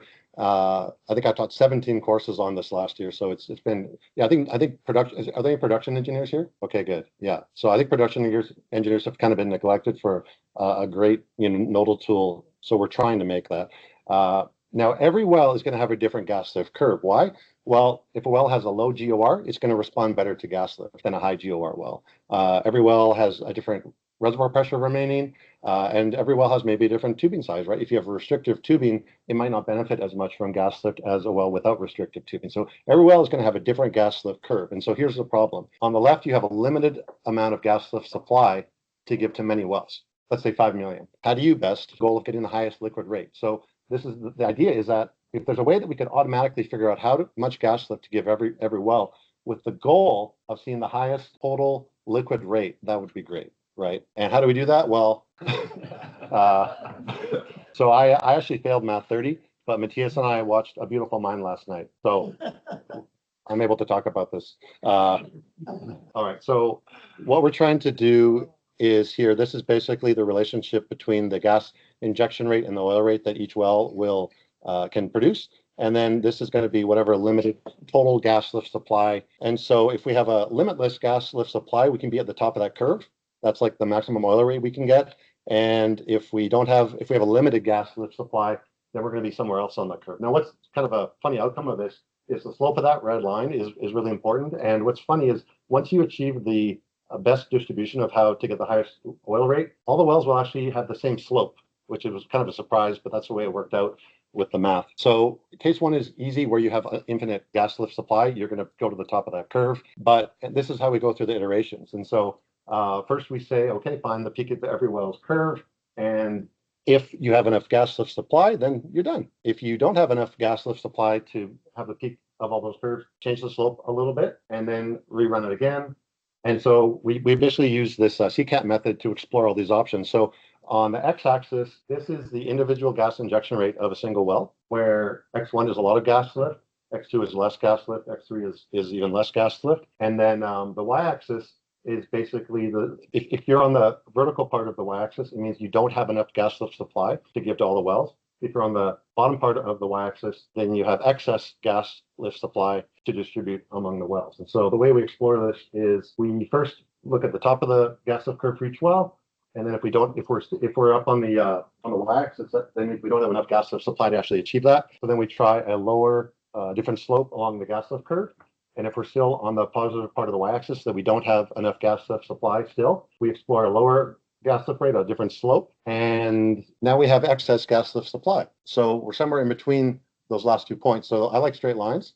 So we basically mark these 2 points, we draw a line between them, and we mark those 2 points, and we basically land the balance between where you have enough gas lift supply to exactly use all the gas lift supply you have, and you found the slope along each of the unique gas lift curves, right? Every well is going to have a unique gas lift curve. Okay, so what does this really look like in practice when you run this logic? You basically enter the limited gas lift supply you have, pick the wells that you want to share that gas lift among, and you just click optimize. And so for these, 4 or 5 wells, these are the current oil rate that they're producing, just brought in through the API from the field. And then this is the current gas lift rate that every well is currently receiving in the field.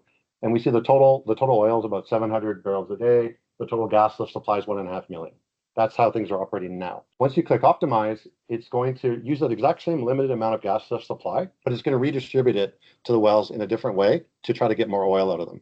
So in this case, we see in the column that's highlighted with total gas lift, every well's going to have some wells should get more gas lift, some wells will actually have a reduction in gas lift going to those individual wells. But the objective is to increase the total oil rate when you combine all the wells. So in this case, we would see a 270 barrel a day uplift if we use that gas lift in a better way among those wells. So if we kind of focus in on one well, this first well, it's saying we should go from 216,000 scuffs a day gas lift to 1.2 million. If we do that, that particular well is going to see almost 290 barrels a day increase. So if we kind of inspect that well a little bit more, the X is where it's currently operating, and the star is the optimized place along that curve that is recommended to achieve the best oil rate. And if we look at a different well, this well is actually recommended to have its gas lift rate reduced from 138 to 14,000 scuffs a day. And the oil rate is actually going to go down by half a barrel a day. And we're kind of saying, you need to take one for the team because there's other wells here that would make better use of some of your gas. And so if we look at this well that needs to suffer a little bit, we see its current condition is in X. That's where it is today, but we're recommending it should be operating down here. And so that's kind of how we run this exercise to use and distribute the gas lift in a better way for more oil production in total. What about liquid loading? A lot of people use gas lift specifically to avoid liquid loading. And so that can be a criteria that you can enable. And if you do that, what do you guys think that dash line means along the gas lift curve? Right, that's the critical lift rate. You can use Turner or Coleman, or you can modify it whatever you want. But we can just quickly estimate what that minimum gas lift rate would be needed for each well in order to stay above the critical lift rate. And so if you, in this case, the well would go from being loaded to being unloaded if we use the recommended. The well that needs to suffer, well, it's already loaded and it's going to remain loaded. We're okay with that. When we run the liquid loading as one of the kind of rules, we can see the column on the right says the minimum rate to lift. Okay, so now we can see the minimum gas lift rate needed to keep the wells above the critical lift rate. And then the farthest right column is the delta, where we are now if we're under injecting, if we're over injecting in terms of being able to avoid liquid loading. Now, remember, we only have 1.5 million of gas lift to distribute among all these wells. But in the yellow column on the right, we would actually need almost 1.8 million. So we're a little bit short in order to unload all these wells. And that's why there's a little error thing at the top. But at least we can see where we're at, and we can try different scenarios with different amounts of total gas lift. One operator who is interested in this, they're considering if there's any compressor downtime, trying to run that as a scenario to, in advance, plan how to maybe redistribute limited gas lift to just avoid lost production as well. So, the long-term plan and purpose for this is to take these recommended results, which kind of keeps you in the sweet spot along every well for gas lift, and send those recommended rates into the field and have them applied. So this logic, this routine can be run at whatever frequency you want, and then those adjustments could be sent to the field, again, with the goal of keeping wells in their sweet spot and maximizing oil production. I gave this talk once before a month ago, and it was like at a kind of an AI conference. And so, this is all physics-based, everything today, but there might be room to combine, machine learning or AI into this in the future. So again, kind of like the challenge I gave you at the start, where you're the manager of a team of race cars, and every car has a different motor, different fuel economy, but you have a limited amount of gasoline, and you want to win that race, you want to get the most laps. I think if we consider this approach, we can all avoid the cone of shame together. And that's it. So thank you very much. Before questions, I'm going to tell you all a dirty secret that you never, we're recording, so it'll go live anyways. But you see this company here, Schlumberger? Now they're called something else, Global or whatever. But that blue color, when I made the Whitson logo, stole the blue color here. And I thought it would just be way easier when we were going to buy Schlumberger in the future to like integrate. And then they changed it to this SLB thing, and they changed the blue color. So I guess now that blue color is ours. Did I see a question here? Your gas. Yeah, so you said, can you forecast your gas lift consumption? Yeah, Yeah. based on, declining production. Mhm. Right. Yeah. Yeah. So the question is kind of, can you anticipate what future gas lift needs would be? I think not right now. Like, this is mainly for looking at today and in the past, but future IPR curves are something that we're working on right now, trying to make that automated and easy. So I think that'll be something that we're going to continue developing. Like what I'm showing you now is kind of just the state right now, but what you're talking about makes a lot of sense. Yeah. Yeah. So the question was, is there a way to kind of prioritize or weight different wells so that they maybe get more of the gas lift supply?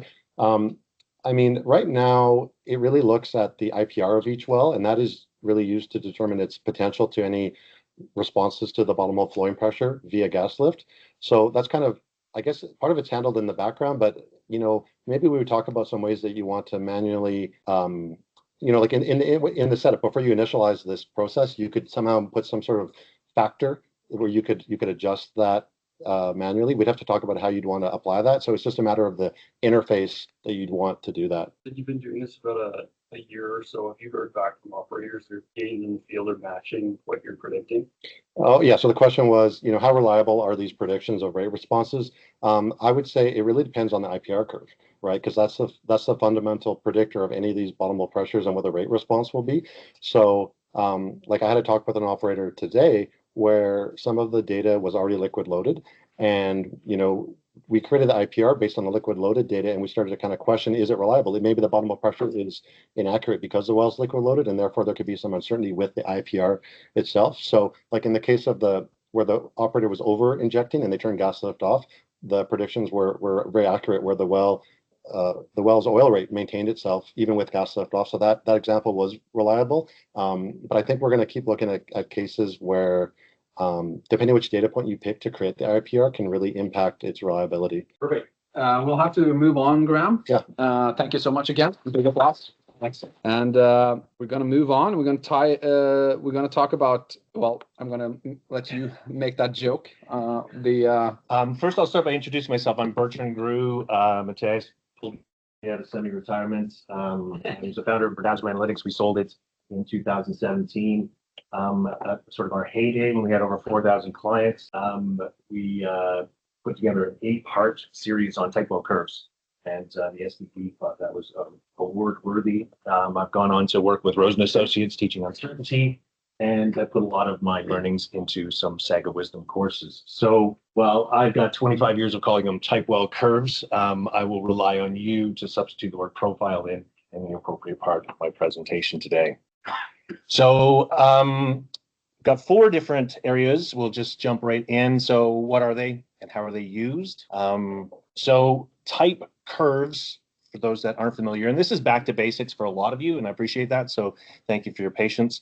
Type curves are typically based on equations or simulations, whereas type well curves or type well profiles are based on actual well production and go through some data processing in order to package those up for consumption. And the important part of this, we all know type well curves are important, but the important part of this is that uncertainty is not trivial and is often overlooked. And this is from Patrick Miller, Keen Dancy, and Jim Gouveia. And that's an important part that I want to touch on near the end of this. So how are they used? They're used to scope out plays, development trends, competitor analysis, geospatial variations, inform production forecasts, validate assumptions. Am I seeing the behavior on completions and geology and reservoir that I'm expecting? It allows you to hone in and focus and do more effective detailed analysis in certain areas, ideally used to reduce uncertainty and risk. And I like to think of it as a toolkit for communicating, storytelling, and exploring data. So type well processing. So there's a lot of things you can do. Time normalization. You can time align to first production, peak date, spud date, rig release. You can normalize to any period in time and use it appropriately. Time condensing or time alignment is excluding months with zero production. Production normalization, taking the actual production data and scaling it to potentially producing day, where you're normalizing it to 100% producing time. Dimensional normalization, taking your laterals and normalizing them to production per 1,000 feet. Fractional normalization, not used enough in the industry, in my opinion. It's expressing the rate as a fraction of peak, and it allows you to compare the decline shapes of different plays, of different technologies, and development plans. Auto fitting and forecasting. Auto fitting, it can be a really great tool to get nice smooth lines on top of your type well curves. That can allow you to derive a time series of B or effective annual declines, or determine things like EUR half-life. If you do have questions on any of these, take note of the slide number so we can be efficient at the end of this, because I am blasting through this quickly. I appreciate that. Survivor bias criteria and controls are also very important. Percentile trend lines, a way of communicating the range of values that are going into the average type well curves. And probit best fits are a statistical characterization that allows you to get some nice summary statistics out of your type well data. So data challenges that come with this: time normalization. Choose the right time normalization. They have different uses, and peak date versus first prod will give you very different results. Flush production, if you're condensing data, if you have particularly a gas well that's been down for a few months, you can have pressure build up and you can get a spike in your data that can be anomalous. Operational design, if you're choking your wells, you're not seeing actual reservoir behavior, so that's going to impact your averages and make it difficult. Interference, impacts of density and timing, child-parent relationships adds a lot of complexity to type well curves. Idealized data normalization, if you're going to producing day rates, for example, you're going to get exaggerated rates. You're going to be over predicting the volumes that you can expect. And survivor bias was a common problem. Late life averages are biasing by older wells. So you would actually see type well curves where late in life, you'd see a jump in production, and that's a reflection of survivor bias. So visualizing type wells is really important, and there's not just one way. And people tend to think of it as your traditional rate versus time. I'm going to go through 8 different variations. It's not exhaustive by any means, but it just gives you a sense of how you can use these to tell a story or feature a particular facet of a type well curve. So if you do rate versus time normalized on first production, it might be great for comparing operators. Your peaks are not going to be aligned, so you're going to have muted peaks, and it's going to give you very good early life comparison, very poor late life comparison. If you want to compare the decline profiles of the wells, then you'll want to normalize to peak date. And here we can see 3 wells, and we can actually see how they're behaving relative to one another and relative to the average profile. Cumulative production over time is going to suck in early life at communicating any kind of comparison, but it's going to be great for late in life. It's also a really quick way to go look at payout analysis. Rate versus cumulative production. It does not give a very good indication of how long it took you to get to that amount of cumulative production, but it does give you some visual trajectory towards the end of how much EUR you can expect. You can improve that by putting a log scale on the y-axis on your rate, and it will flatten out those lines and give you a much better visual trajectory. Just another way to validate all of your different approaches to deriving EUR. Material balance time. If I want to know when in a particular play I'm going to be seeing transition to boundary dominated flow, I'm going to look at wells that have been around a little longer, and I'm going to look for the inflections like you see on the green dots, and that transition is denoted at that reflection or transition in the inflection. And you can look at all of your wells and see generally in a particular play when you would expect to see boundary dominated flow. Cumulative probability plots only represents a single point in time. Which is great, but at least you get some statistical communication. Improve that by going to a probit scale. The probit scale uses a log normal scale on the x-axis, and it uses the probit scale on the y-axis. The probit scale is based on symmetrical standard deviations around the P50, and it turns a log normal distribution into a straight line. If you do not see a straight line, it suggests that maybe your analog selection needs to be tightened up, that you've got more than one data set in there. And you can apply a probit best fit to this to derive some statistics like your P10, P90 ratio, which is going to be your uncertainty ruler. You can take your distributions. I like to use quartiles quite a lot, red being the best, all the way down to black being the worst. And you can throw that on a map, and the coloring can tell you a story about your particular geological region. You can identify anomalies, and it's going to do a much better job than any kind of bubble sizing that you would see in a lot of different maps. Take those percentile concepts, combine them with a time series approach, and now you can actually see the bounds, the 80% confidence interval of the two red lines that tell me 80% of my values that were used in the average fall between those. So it allows you to communicate the statistical variability over time. That becomes a great context to compare wells, to compare operators, to compare technologies. And you can apply the same concept to a rate versus cum. And you can actually see, in this case, a P10, P90 ratio of 4. You can see your 80% probability of achieving a particular EUR. How do we tie all this into reducing uncertainty? Well, if you haven't looked up cognitive biases, look up cognitive biases, because there's an ample number of cognitive biases in this industry. My favorite is the hippo bias, the highest paid person's opinion. But in this case, we are looking at the ostrich effect, which is we as humans naturally have a tendency to avoid and ignore things that are uncomfortable, and uncertainty and risk are uncomfortable. So uncertainty, I'm going to refer to as the range of possible outcomes. Risk is the threat of loss, inherently value focused. It's got a dollar factor. The two of these should always be considered together. Outcomes are going to be production or value outcomes, and features, input data, and attribute data I'll use interchangeably. So uncertainties that affect value. You can see production expanded, and there is a myriad of factors that play in or contribute to the uncertainty in production. Capital. You can say the word tariff. There could be some capital uncertainty certainly happening in the market.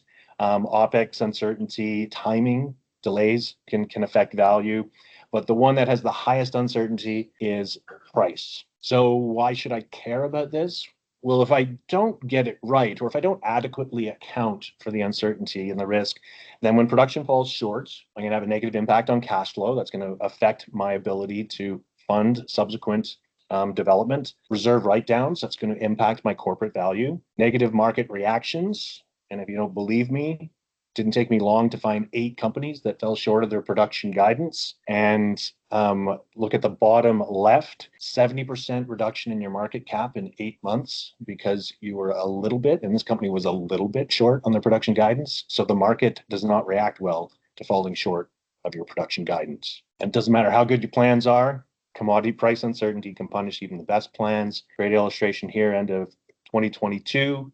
Gas prices went from basically $9 down to $2.50 in a couple of months. And so the best laid plans can be punished by commodity prices. So one of the best ways to reduce uncertainty is with analog selection. So the whole principle behind analog selection is if I have a lot of similarity in the characteristics of my wells in the analog, then I should expect less variability in the production outcomes. So that means the common criteria involve geology, depth, temperature, pressure, fluid composition and properties, reservoir drive mechanism, spacing, completion design, operating conditions. Good luck. Like, is representativeness even possible? And so this is a big challenge because we come up against the analog selection dilemma. I'm trying to find the balance. I want representativeness, that analogness. I want the similarity, but I also want statistical power. I want this to be representative of the range of possible outcomes, not a limited, biased set of possible outcomes. So sometimes we have to sacrifice representativeness for sample size, or sometimes, and I believe this might be covered in some of the Monograph 5 stuff, you can do additional data processing, dimensional normalization. For example, production per 1,000 feet is a form of dimensional normalization. It's a way of including wells of different lengths in the same analog data set. So this is the dilemma that you're all going to face. Analog selection should be an exercise in not just getting that representativeness, but it should be an exercise of building understanding. So start with your largest data set. That's going to be your subsurface data constraint.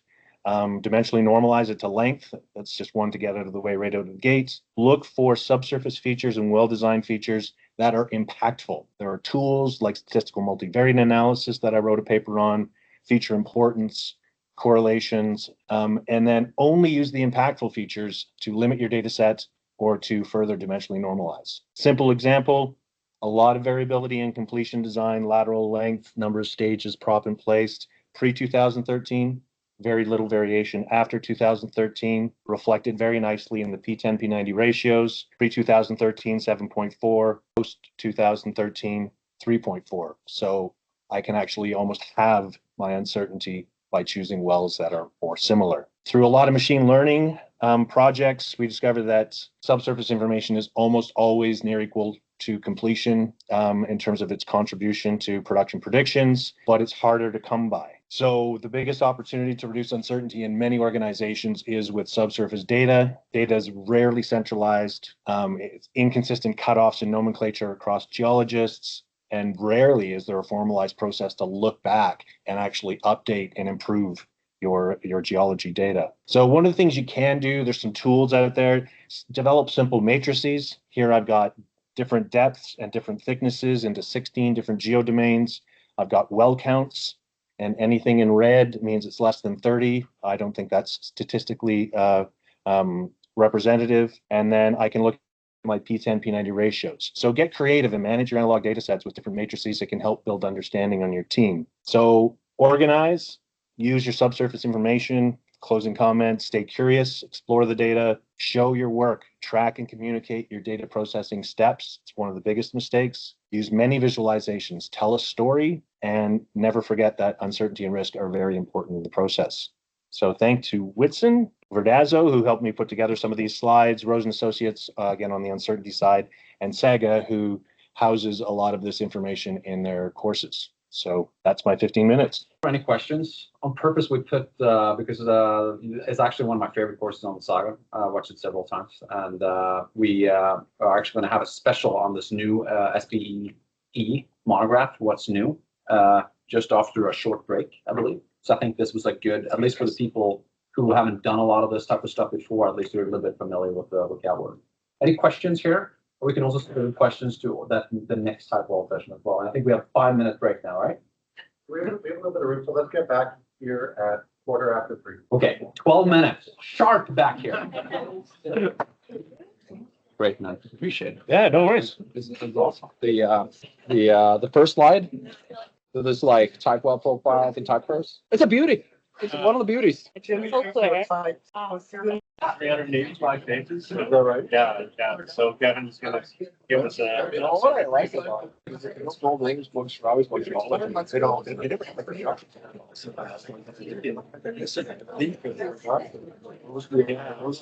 That's what we do. Enable. He's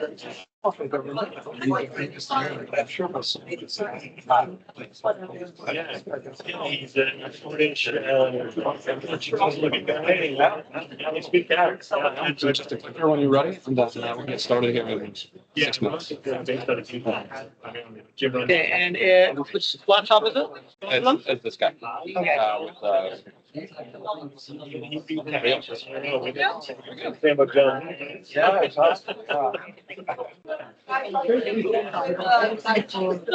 You're asking? Yeah. Oh, yeah. Who's that? What's the kid again? I only know a couple of those guys. So anyway, hopefully that was entertaining. I mean, that was.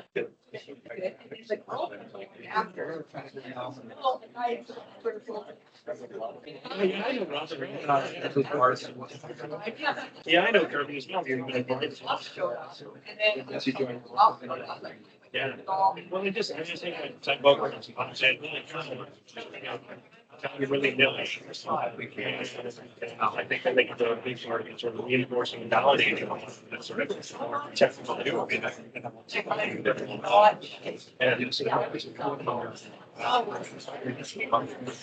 Yeah, there's a lot of random established contents. Yeah. It was just a deep look.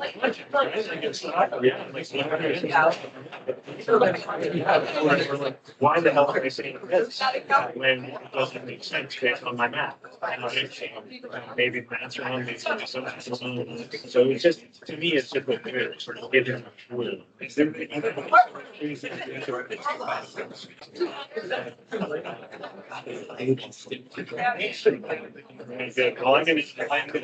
break in.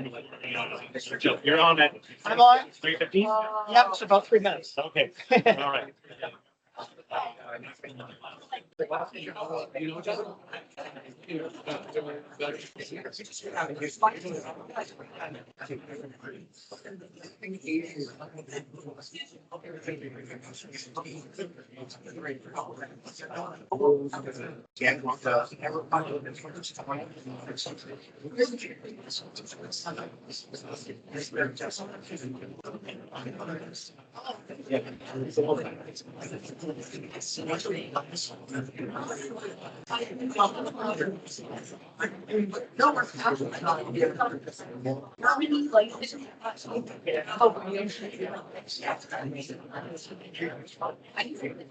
Oh, I still have.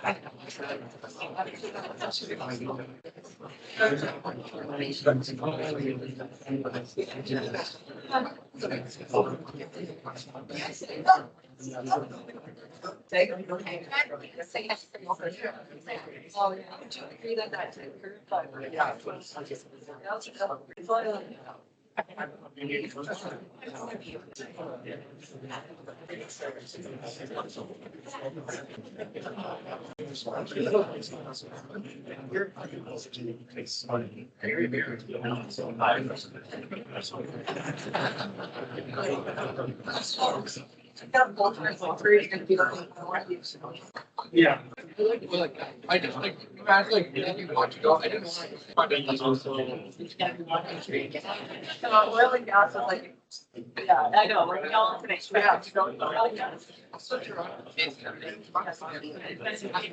got offered in like an engineering position for $17 an hour. $17 an hour? They offered me like Ontario minimum wage is $16.50. Yeah.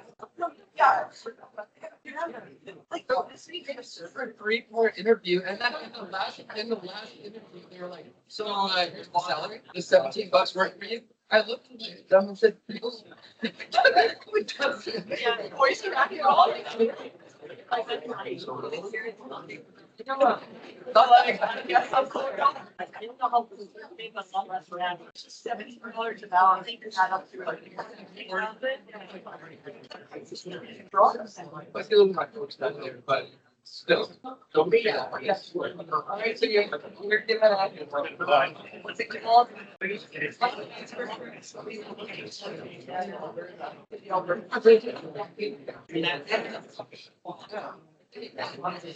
then you're it's your Oh. They usually don't allocate that. They just maybe 12 months in the office and then like an extension, so it's 16 months in the office. You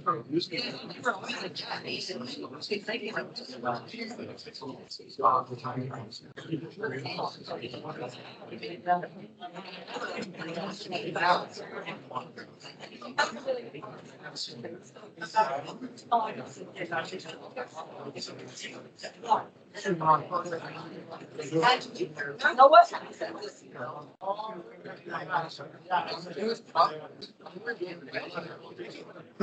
Not my. Okay. I'm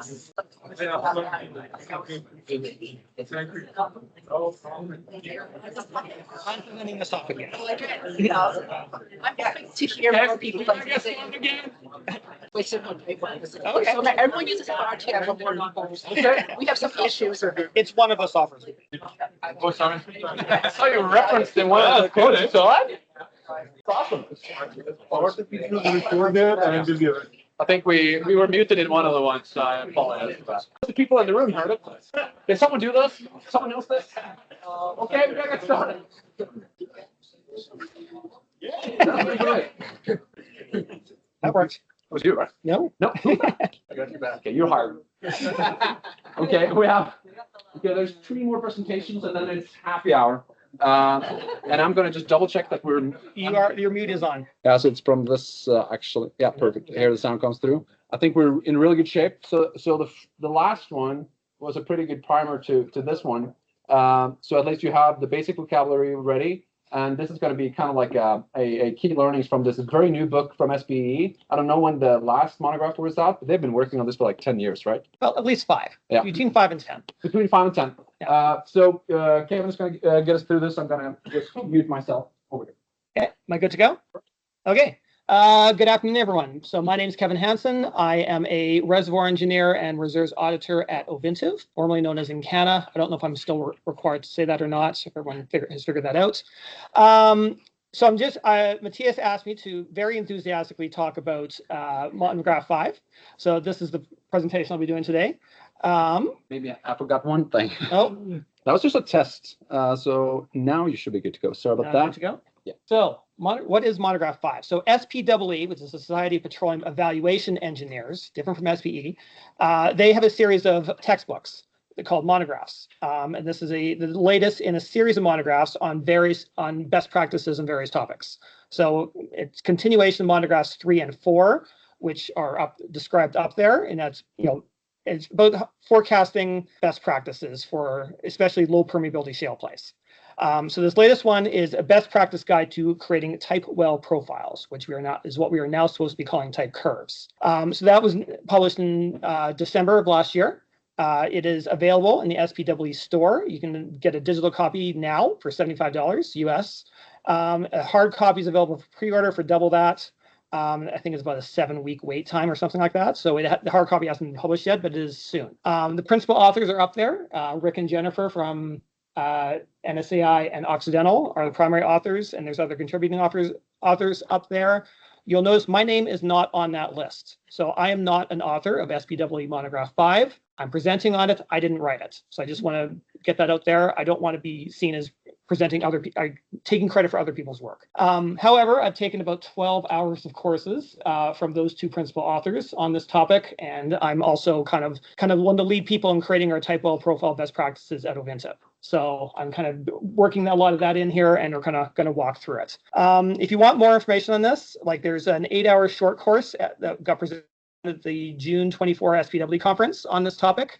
So if you can get your hands on that, that'd be good. Also, now that this has been published, Rick and Jennifer are going to do a series of 2-day training courses on this textbook at various cities around North America. I'm told Calgary is one of them. I don't think the schedule's come out yet. So they're going to do 2 days on this. I've got 15 minutes. So I'm not going to go through all of this, but I'll try to look at a few key points and kind of talk you guys through them. So here's the table of contents for Monograph 5. The meat of the book is parts 3, 4, and 5, which is inputs to type well profiles, constructing type well profiles, and then understanding uncertainty and error. So that's kind of the stuff I'll focus on. Okay, so starting with the first one, inputs to type well profile construction. When you are creating your type wells, the key thing is you first have to create a type well analysis area. And so a lot of this, it is an art as much as it is a science. What we encourage is, you should split up your assets and your play into as many different groupings as needed, but no more than that. So don't over slice and dice. If you over slice and dice, you're not going to get enough data points in each individual area, and then you're going to have too few data points and you can't do a proper analysis. So it is, and one thing we tell all of our engineers, it is not possible to completely eliminate reservoir heterogeneity, so please don't try. You're always going to get a variation because the reservoir varies as you work through the different areas. Also, try to generate your type well areas based on actual geological reservoir characteristics, net pay, porosity, fluid regions, pressure, that sort of thing, not state county lines or the area of the boundary in which you own the acreage. Okay, next one is analog well sorting and screening. So as Bertrand mentioned, you can do normalization to increase that. Lateral-like normalization is a big one. And a good thing whenever you do any sort of normalization or scaling stuff to a common starting point, is a linear correlation or a non-linear correlation. Now, lateral length seems to be scaling pretty well. I mean, we've been drilling wells up to about 15,000 feet lateral. That the EUR at least seems to scale pretty well. IP less so, but that seems to be a relatively straightforward normalization criteria. Now, as Bertrand mentioned, there are competing goals between when you're sorting and screening. Do you want to maximize your analog well count to assure statistical significance, or do you want to be highly selective of analog wells and get kind of a really clean data sets? And there's a tension there. And the one thing we say is it's an art as much as a science, but you need to have enough wells remaining to actually be able to do an analysis. You screen yourself down to one well, that's not helpful. Okay, so here's kind of a framework that we kind of tend to use. Here is a type well analysis area, and we start in this area. We start off with 314 wells in our analog well data sets, and we apply various different sorting and screening criteria. How long has the well been online? What are the well density characteristics? What are the completion design characteristics? Are they geologically similar? Are they in different landing zones? That sorts of thing. And then after we screen out all the points that we think are not sufficiently similar, we're down to 67 wells. And that's the data set we analyze. Okay. Then what we do is we throw that data set into a log normal probability distribution plot, a probit plot. These are really useful, and you can use them for a bunch of different purposes. Number one is they can act as a reasonability check on the quality of the data set. Before you do any sort of uncertainty analysis or anything like that, how does the shape look?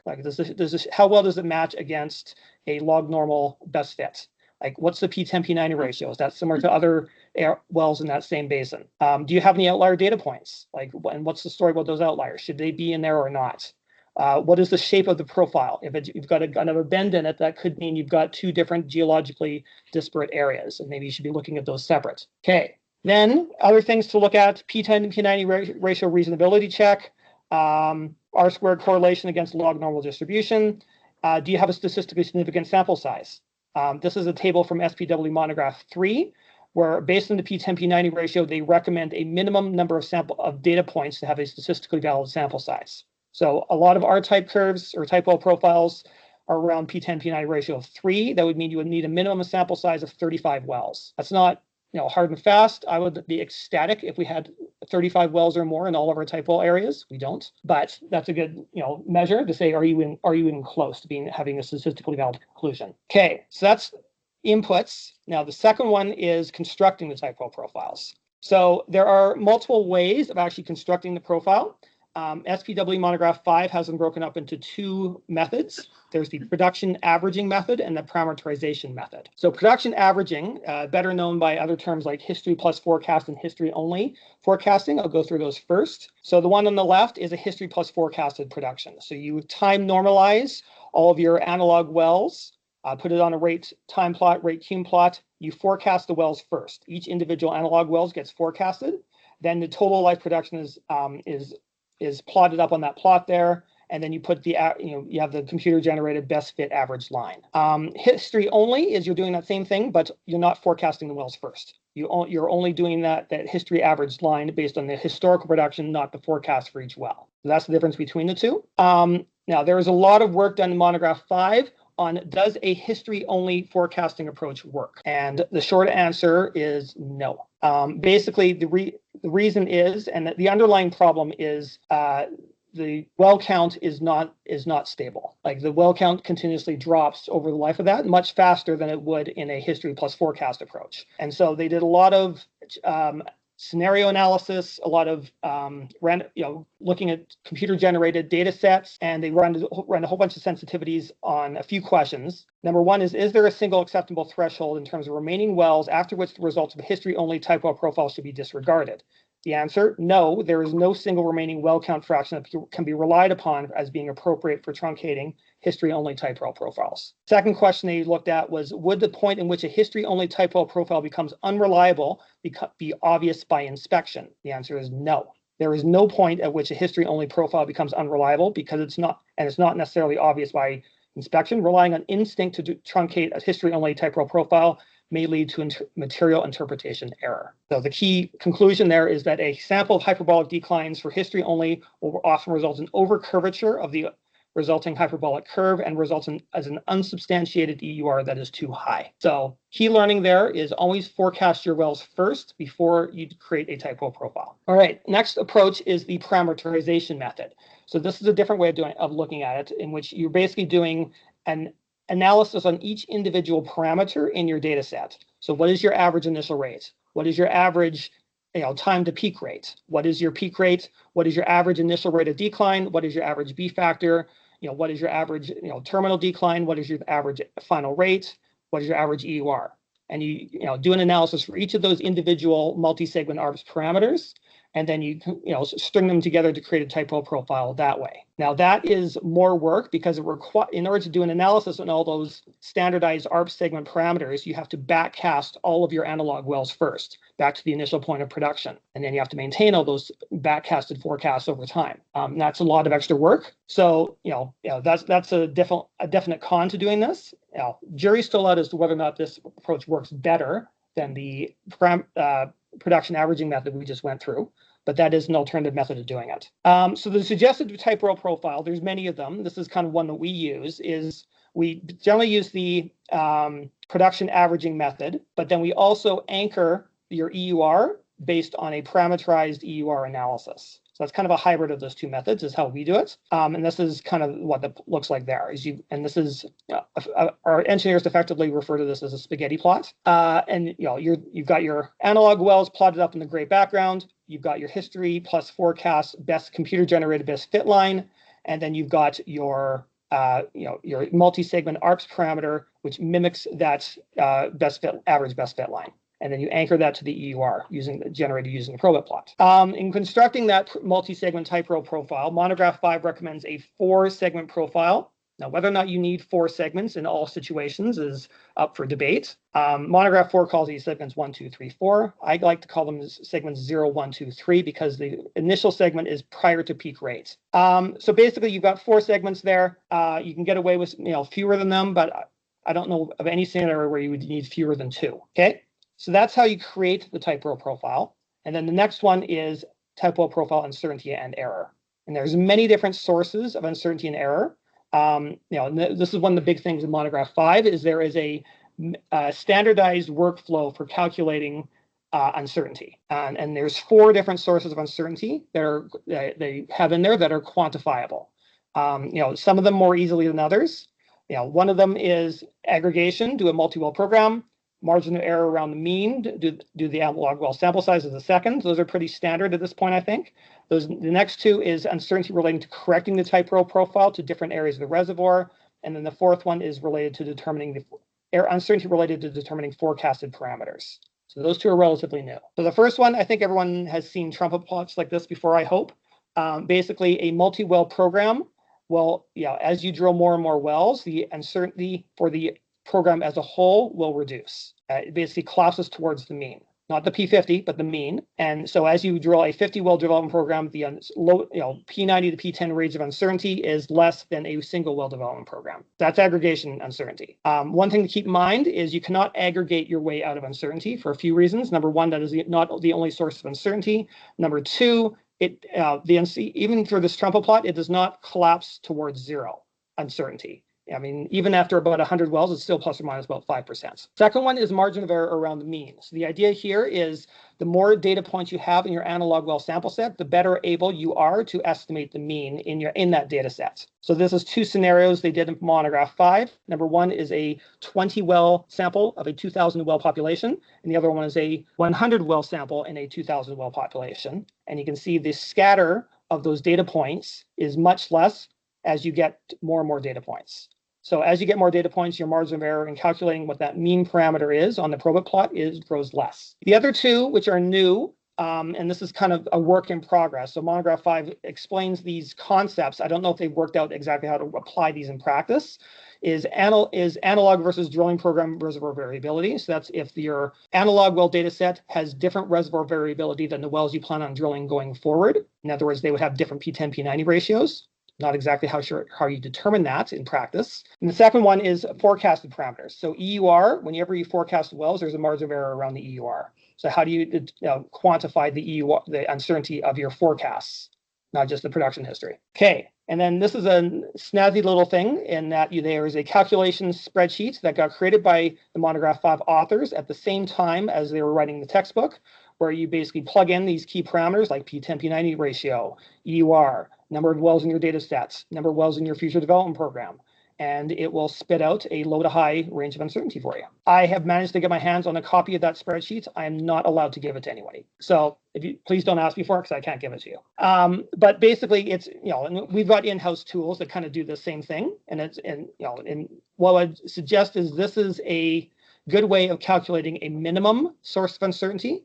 It is not mathematically possible to go less than what that algorithm spits out. It can certainly be more. So just as an example here, for a 25 well analog well data set with a P10, P90 ratio of 3 and an EUR of 400, and if you apply that to a 50 well development program, using the first two sources of uncertainty, you get a plus or minus uncertainty range of about 14%. Okay.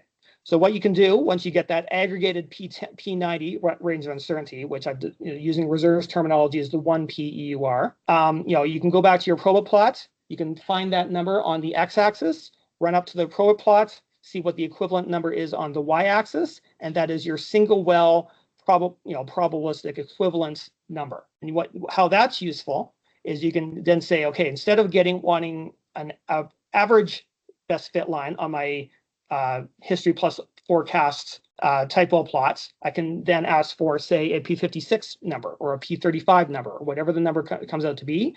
And then you can use that to calculate your low and your high type well profiles. And that's a good way. And that's probably like PXX percentile type well profile creation. So rather than the average, you're creating an aggregated P90 and an aggregated P10. And you can use that to determine your range of uncertainty, 1P versus 3P reserves, that sort of thing. And that's also quite useful. And so that's kind of the workflow we've got for Monograph 5 right now. Hopefully everyone found that interesting. Let me know if you have any questions. Telling everybody that you wrote the book. So. Nope. Yeah, so knowledgeable about this stuff that maybe I'll just add it up, buy a physical copy and start writing. Any questions? Yeah.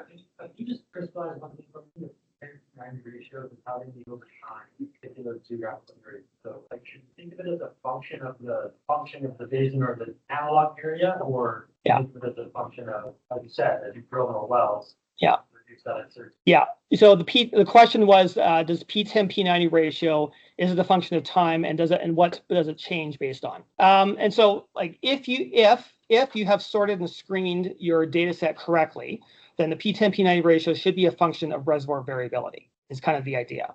So that's kind of, and then as you, and so the P10, P90 ratio you would see from the proba plots, that is a function of reservoir variability. It wouldn't change depending on how many wells you do. Now, if you drill a 50 well drilling program, maybe go back to a slide here, like it's not like that, the slope of that green line, that's your P10, P90 ratio. That slope should not change over time. But if you have a multi-well drilling program, your P90, your aggregated P90 is that brown line right there, as opposed to your single well P90, which is that 211 number there. So your aggregated P90 collapses towards the mean. So it's at a different point on the proba plot, but the proba plot slope shouldn't change. Yeah. Well, those proba plots can be done for any various parameter. Like we typically do it for EUR, but we can do it for IP, IP90, 2-year cum, whatever. So that could help you to anchor your proba plots on additional points in the multi-segment ARPS rather than just EUR. Yeah, and just as a shout out to Whitson Plus, this is a screenshot of the proba plot from Whitson, and this is an EUR proba plot, but Whitson has a whole drop-down list of various different parameters you can do a proba plot for. It's not just EUR. The aggregation. The PFX. Like Monte Carlo, the trumpet plot. Yeah, we have that on the backlog. So, and I'm sure if I'm going to work more with Kevin, I'll be forced to. Else he'll break up with me. So, no, definitely, and in several companies that's been requesting the same thing. But it's just where it is on the priority list. That's okay. Excellent. This was exactly what I wanted. I was a little bit unsure with 2 type well profile presentations if there were going to be a lot of overlap, but I felt there was basically none. So it was perfect. Excellent. Another round of applause for Cameron. Thanks, everyone. Excellent. We're gonna go to the second last presentation today. I think we're still good to go on sound, and we go there. It's Darcy from our friends at Petronas. Thank you. Over to you. Yeah, so I'm Darcy Redpath. I'm a reservoir and analytics engineer at Petronas. So if you're like me and you were probably still a child when Blockbuster went under, you probably don't know where I'm going at with the title. But here's your answer. So basically, I came to a team meeting one day. I had this idea of applying an algorithm called dynamic time warping to analog prediction. And basically, one of my team members said, "You mean like the song?" and proceeded to play it on Spotify from the Rocky Horror Picture Show. And if you know me, you could probably kind of guess what unimpressed face I gave to that. But luckily, this isn't about movies. It's about basically automating our growth well scorecard system. So if we just kind of start with a general pad development workflow, so you can see in top left, like we start planning, we come up with an initial prediction for wells, we go ahead and execute them, so we go and drill, complete them, we get some initial results from those wells, so it's really early time, couple weeks, couple months, and then basically after a certain amount of time, we'd usually go in a look back type process, come up with some learnings from those wells, integrate them with our planning process, update our expectations, and the cycle continues. So today I'm going to focus more on just kind of this early results type portion of the cycle. So this is just a plot of kind of early growth wells versus some type curves. We have automated processes through Databricks to bring all of our production data, wellbore data, bottom hole pressure, completion, and all that, and type curve data into Spotfire, and generally we like to visualize everything in there. This just shows you some of the issues with early time growth wells though. The time axis isn't labeled, but that's probably about 2 months of data. So you can see there's some choke changes labeled, and there's flat portions. So really it gets really challenging to try to compare that back to our type well. There's differences in downhole conditions, different drawdowns. We have limited data and it's often pretty noisy. So you can't really do your traditional DCA or early time RTA type modeling. So yeah, so there's a lot of data manipulation that could go into play here. And basically our goal of this is we wanted to come up with kind of like a qualitative scorecard type system to try to basically communicate how we were doing compared to expectations without putting a number on it. So to account for that really early uncertainty in your growth well data. So obviously the first kind of step to this is to normalize the data. So basically we want to normalize out our big levers first. So that'd be tonnage, and length. We typically just kind of do this on a pretty simple scalar type basis with power law. But you can see as you move from the 1 to 2, that basically gets them all on kind of a similar playing field. Next step to account for that drawdown difference is we apply our pressure normalized rate. So that accounts for basically the chokes that are being applied to each of the wells, different drawdown strategies, different uphole conditions. So basically it gets us to a pretty good normalized place. Now these plots, they're all in Spotfire and all automated. And all the analogs you'll see, basically they're already grouped by geodomain and layer. So they should be pretty good analogs to each other. They should have pretty similar reservoir properties. So really it's just the lengths and tonnage and drawdowns that are really the big things that are changing kind of between these different wells. So now that they're all normalized, I'm sure you've all got this question way too early, is they've been on for a couple weeks, so are they good or are they bad? And really that's a really hard question to answer at times. We've tried to approach the problem with some machine learning type methods, with LFP type comparisons, and really we just find this really hard to communicate up the chain to management. It just doesn't really fit in with how they view wells and how they view production. So generally what we've ended up doing is we've kind of settled on more of a manual type approach where we, as you visually look at these plots, your eyes are kind of drawn to different analogs. So visually we pick kind of like the closest analog. We see how that analog performs on our type well provet in the top right. So that's on an EUR basis. So you can kind of see it has the spread of what's in your type well. And basically this red well, so that's the growth well, looks very similar to this blue well. And that well is above P50. So we're going to assign it a green kind of scorecard for now, which basically means it's kind of at expectations. And we expect it to be at expectations going forward. Now, obviously, this is a pretty manual process. So as I got tired of doing these over and over again every month, basically, I wanted to go through and automate the process. So that's where this dynamic time warping algorithm comes into play. So it has a really fancy name, but basically it's just like an algorithm that compares temporal series to each other. In the graphic kind of on the top right, you can see Euclidean matching. So that's just straight time comparison and a distance between the points. But basically the algorithm allows you to shift time series relative to each other. And it's not linear. So as you can see, like at the start, you're comparing to kind of the closest point on the left on the blue curve. You're moving to a point that's right on the red curve. And at the end, you're going from right to left, from blue to red. So it shifts the temporal series quite a bit and allows you to really find better analogs and match time series data kind of outside your normal just Euclidean matching. So it's actually pretty commonly used in like stock markets to look at patterns, and especially in speech recognition. So when you ask Siri certain things, this is kind of how it interprets what you're trying to say. So apply it to production data. Why? Is there any benefit to doing this, or is it just kind of a waste of time that's overcomplicating?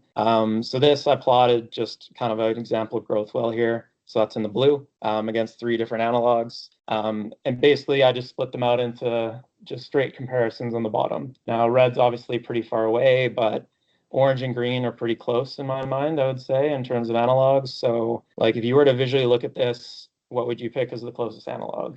I would probably go with the green one. It's a little off early time, but later time it really flattens out a bit better. How does that play when you try to automate this? So if you look at then automating this, so basically I plotted on the left, I ran through a Euclidean matching on the growth well versus all the analogs. So this is just straight time series. It's in cumulative gas on the x-axis, so it has to be resampled because cum doesn't always happen at the same intervals as time. So there's that added complication. But you can see it actually picks the orange well as being your closest analog, which isn't what I would find as being the closest analog.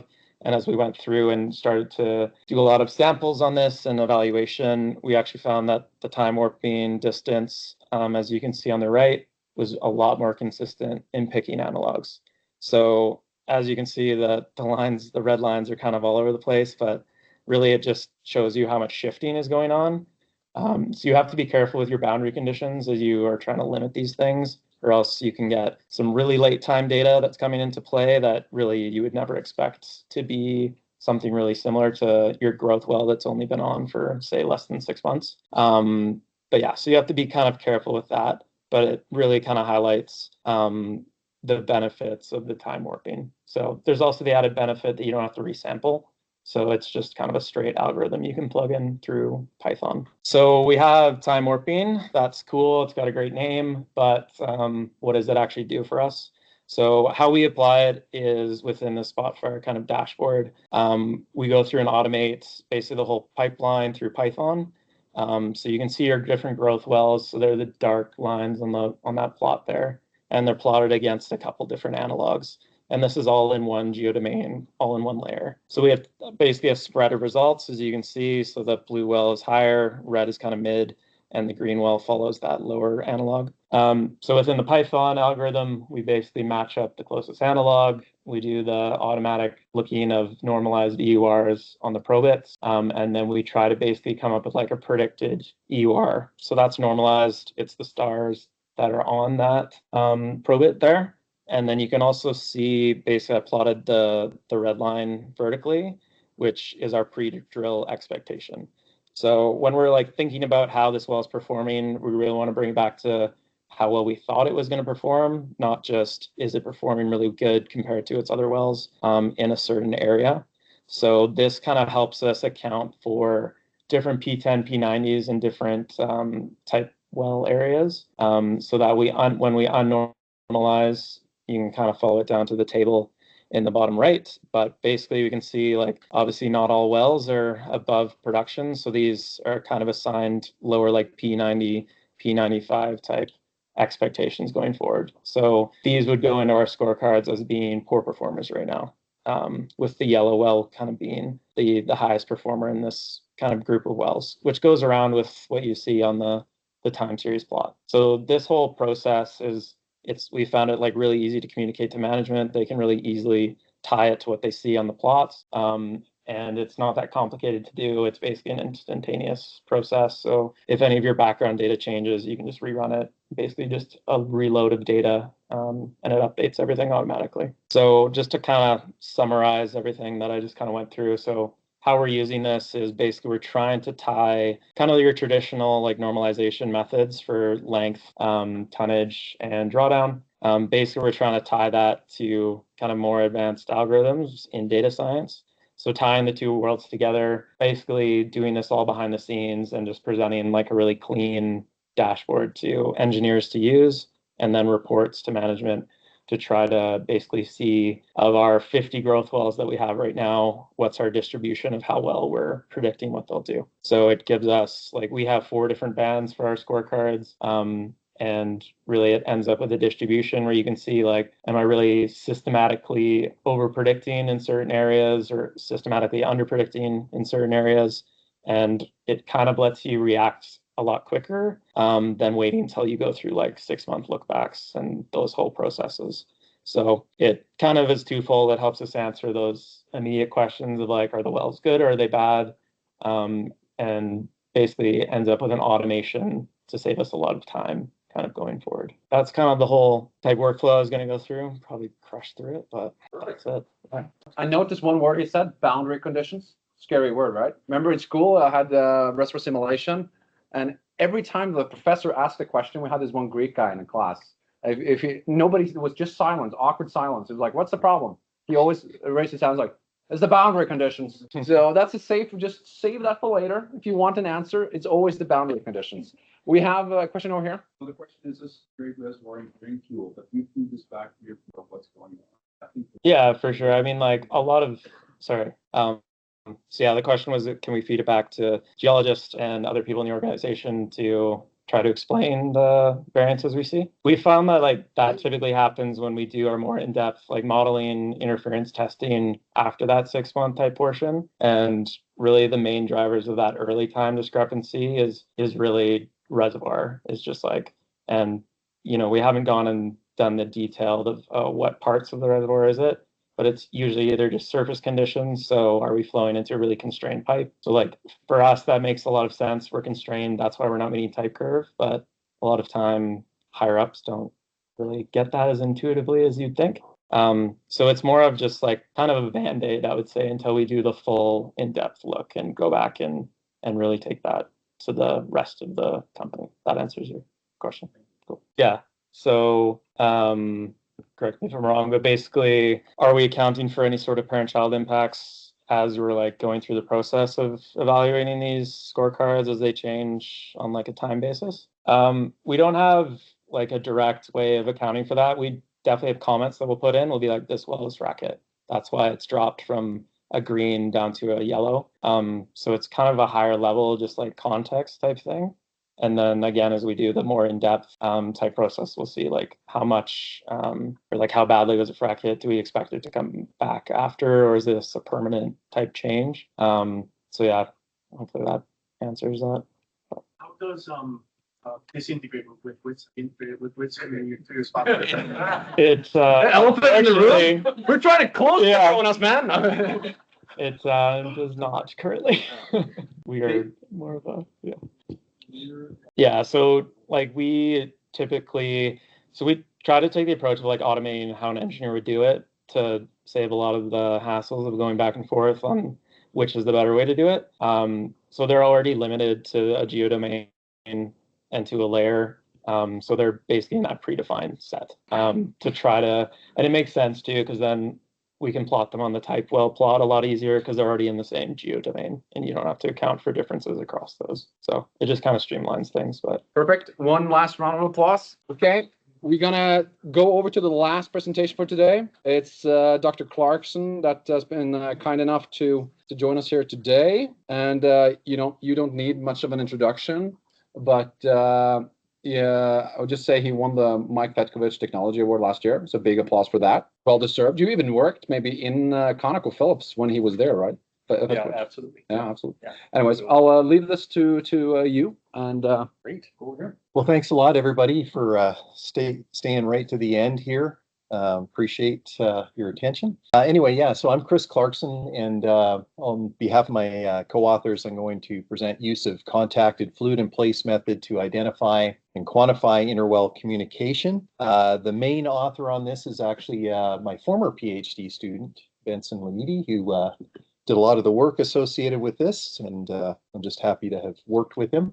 Just a quick outline in the background. We'll just reintroduce the issue with interwell communication. We'll talk about some of the existing methods for evaluating interwell communication, and that'll lead us to the objectives, which are to introduce this new contacted fluid in place approach. In the theory and methods section, we'll talk a little bit about how we calculate CFIP and all that. I'll try to keep the theory to a minimum. We'll show you a couple of field cases, and in terms of the discussion, we'll talk about where we're going with this technique, and then wrap it up with some conclusions at the end. So first of all, just a basic comment is that we know that as a result of modern development practices, we're seeing increased incidences of interwell communication. And this is just a simple conceptual cartoon showing, basically two multi-fractured horizontal wells and different mechanisms that these wells can communicate. They can, whoops, what happened there? Okay, sorry. They can communicate through a combination of the hydraulic fractures and natural fractures. They can communicate through the matrix, or they can directly communicate through the hydraulic fractures themselves. In this presentation, we're basically going to focus on, just got to get this going here. It's locked up here for some reason. Might have been me. I think it should work now. Okay, there it is. There we go. Thank you so much for rescuing me. So we're going to focus on fracture communication directly. And of course, because that interwell communication affects well performance, there's been a lot of focus on quantifying interwell communication through a variety of reservoir and production engineering methods. In this particular presentation, we're going to be focused more on long-term hydraulic communication between parent and child wells that persists well into the production history, so well beyond the frac hit phenomenon. And so this hydraulic communication can be studied using a variety of different methods that we've classified into what we call model-less diagnostic plot analysis. So this is essentially a simplified form of pressure transient analysis where we're using diagnostic plot to directly quantify that interwell communication. There's model-based pressure and rate transient analysis where we're actually physically fitting a model to the data, extracting parameters of interest that quantify that interwell communication. And then the most rigorous approach, of course, is really analytical, semi-analytical, or numerical model history matching to derive parameters of interest. So just a few examples. You're probably familiar with at least a couple of these. So the first one is the CPG approach, which is a PTA-based method. So back in around 2019, Chu et al. Had introduced this diagnostic plot analysis. It's a model-less type approach based on the child pressure group. So the idea is that the studied interfering wells are initially shut in, and then one of the wells is placed on production, and that affects the production profile or the pressure profiles of the offset wells. So the idea is you project forward before communication your pressure, you calculate that delta P, and then you add it into your child pressure group. You then plot the child pressure group versus time on a log-log plot. And if you see a stabilization level in that CPG, that's an indicator of the degree of communication or the magnitude of pressure interference. So that term A in the bottom there is really just the exponent in the power law relationship for pressure. So a value of 0 to 1 is what we expect to see, 1 being a maximum amount of communication and 0 being no communication. So it's really kind of a semi-quantitative method for to look at that interwell communication. Now, the next method is the DQI approach, or Devon quantification of interference. And basically, again, it's a well interference analysis or interference test analysis where we have a pressure change at an observation well that we're observing, and it's analyzed with a diagnostic plot. This diagnostic plot, of course, is a log-log pressure and pressure derivative plot. We then perform an interference test analysis. Basically, what we're after there is quantifying the conductivity of the connecting fracture system. This in turn goes into calculating a dimensionless interference length. So the plot on the right here, we calculate that dimensionless interference length, I should say, and then from this relationship, we can back into a degree of production interference. So as defined here, basically looking at the rates before and after the communication has occurred. So this is more of a model-based approach. So we're actually doing interference test analysis to derive the properties of interest, and then that goes into quantifying the strength of communication. Another method that was introduced was that of Acuna. It's more of a rate transient analysis approach. So what Acuna did was use his fractional dimension RTA approach to analyze parent-child communication. So the idea is you history match your parent well before and after that communication occurs on a log-log diagnostic plot. So here we're showing an example from the SPE data repository where Acuna went in and history matched the production data prior to interference. It shows up on the log-log plot here on the right. Here's the history match, and the deviation here is the child well interference. He then history matched after the interference occurred, and what he had to adjust here is the drainage volume of the parent well after child well communication. So in principle, of course, that drainage volume will reduce after the child well interference. So the direct indicator of interference, of course, is now that drainage volume change of the parent well. Now, just a quick summary of the methods that we've talked about so far. So CPG and DQI rely on interference test analysis, so PTA type approach, whereas the fractional dimension RTA approach uses more of a rate transient analysis approach applied to the parent well only. And so we've summarized the methods in terms of their quantitative measures and whether or not you have to history match. And so that really led us to trying to come up with some sort of a hybrid method that has advantages of being kind of model-less, but at the same time being rigorous and being able to quantify that interference effect a little bit more rigorously. So that led us to our objectives, which were to develop a model-less diagnostic plot based on RTA for quantifying interwell communication using the production rates and flowing pressures of the parent well only. That, we believe anyway, is simple to apply, as with other model-less diagnostic plot approaches like the CPG method. But at the same time, we can quantify that drainage volume change for the parent well after the child well comes on production. So what we're doing here is we're using a log plot of contacted fluid in place that allows the changes in the fluid in place for the parent well before and after the child well interference to be quantified. So just a little bit of theory. Like I said, I want to keep this to a minimum, but we're going to go back to basics here for the moment and illustrate what CFIP really means. So here we have a vertical hydraulically fractured well in plan view. Our fracture is going to the boundary. And we note that when we first put this well on production, we initiate a pressure transient that propagates out into the reservoir. So that's our dynamic drainage area or drainage volume. As we continue to produce, that drainage area, of course, continues to propagate out into the reservoir until such time we hit the boundaries of the reservoir and we go into boundary dominated flow. So if we see linear flow or transient linear flow, we can derive the linear flow parameter, XF root K or A root K. And then during boundary flow, we can get some estimate of the volume of our tank. So in this particular sequence, of course, linear to boundary flow is what we're observing. So how do we actually quantify or calculate contacted fluid in place for this particular scenario?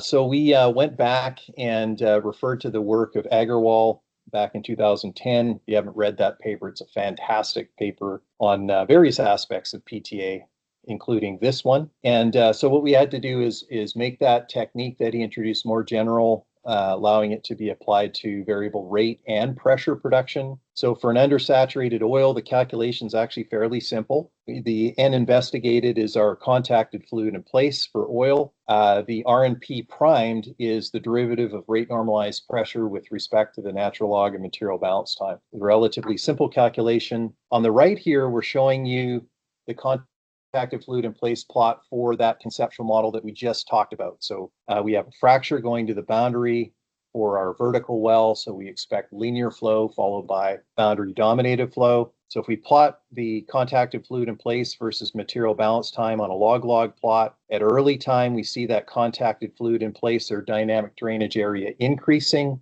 during the transient flow period. And because it's linear flow, we see a half slope on this plot, just like we would a typical log diagnostic. And then during boundary flow, we see a zero slope, and that's because our dynamic drainage area is no longer changing. It's fixed based on the boundaries. So boundary conditions become important, right? All right. So this is a very simple case. We can expand this to gas cases. We can expand it to multi-phase cases and look at different geometries, etc. But that's the base model we're going to use here. So how does this apply to the communicating well case? Well, one possible conceptualization, very much a simplification, is shown here.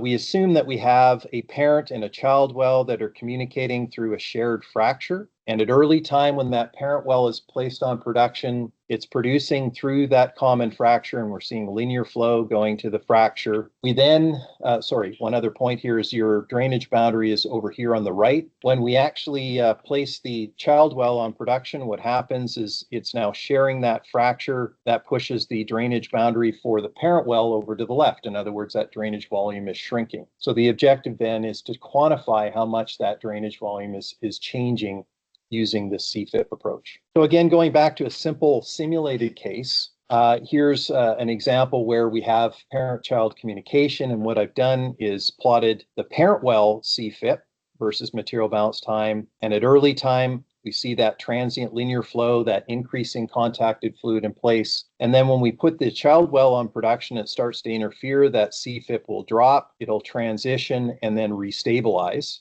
So we then fit a tangent line to the before communication data and a tangent line to the after communication data. And at the point where we start to see interference, we can calculate that change in contacted fluid in place for the parent well. So the calculation is very simple. It's shown here in the bottom.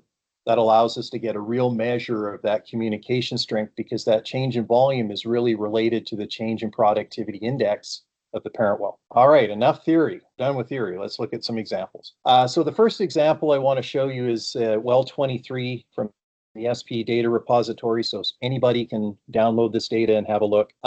This well is called the Archaeopteryx well, and it was studied by Acuna. In fact, that example I showed you earlier was this particular well from Acuna. And basically what we're showing you here on the right is a semi-log plot of gas in red, water in blue, and the flowing pressure is the solid line. And Acuna noted that right around here, just before 200 days, we see this downtrend in the flowing pressure, and he attributed that to offset well communication. So again, he applied that history matching approach. We're going to try a slightly different approach to see how it compares to what he did. So what we've done here is we've generated a contacted fluid in place plot. Because this well produces gas and water, we used a combined phase approach to calculate the CFIP. Here we're calculating CFIP on the y-axis, material balance time on the x-axis. And just as we showed with the simulated case, we're seeing an increase in that CFIP during the transient period for the parent well. And then the offset well comes on production. You see a drop in that CFIP and then a restabilization. So we fit tangent lines to the before and after data and calculate that change in CFIP just like we did with the simulated case. So in this case, that change is about 37%, compares quite well to Acuna's number of 35%. If we ignore water production, just analyze the gas phase, we still get something around 38%. So the method is not super sensitive to how you deal with the phase behavior, because we're really looking at the change as opposed to the absolute value of the volume in place. I'm going to show you a somewhat more difficult case in terms of the analysis. This particular scenario, we have 5 pad wells in a tight gas condensate reservoir here in Western Canada. You probably all can guess what it is. The W1 is the first well that was on production, and then these offset wells were placed on production later. Now, this well was actually shut in while the offset wells were stimulated and then put back on production. And so here we're showing you W1, which is the parent well, semi-log plot again, gas, condensate, and water. And the well was shut in right about here and then placed back on production. And you can see there's a water spike right here. You can see the impact it has on both the gas and the oil production. So the question that we had was, well, does the CFIP method work here? And for various reasons, it doesn't work perfectly, but we went ahead and applied it anyway. And in this particular case, because it's a condensate system, we had to combine the gas, oil, and water production in the CFIP calculation. And then we plotted the CFIP for the parent well versus material balance time. And in this particular case, right about here, that's where the offset wells come on production, start to interfere with the parent well. And we can calculate the CFIP. It's a little bit more muted than the previous case, and that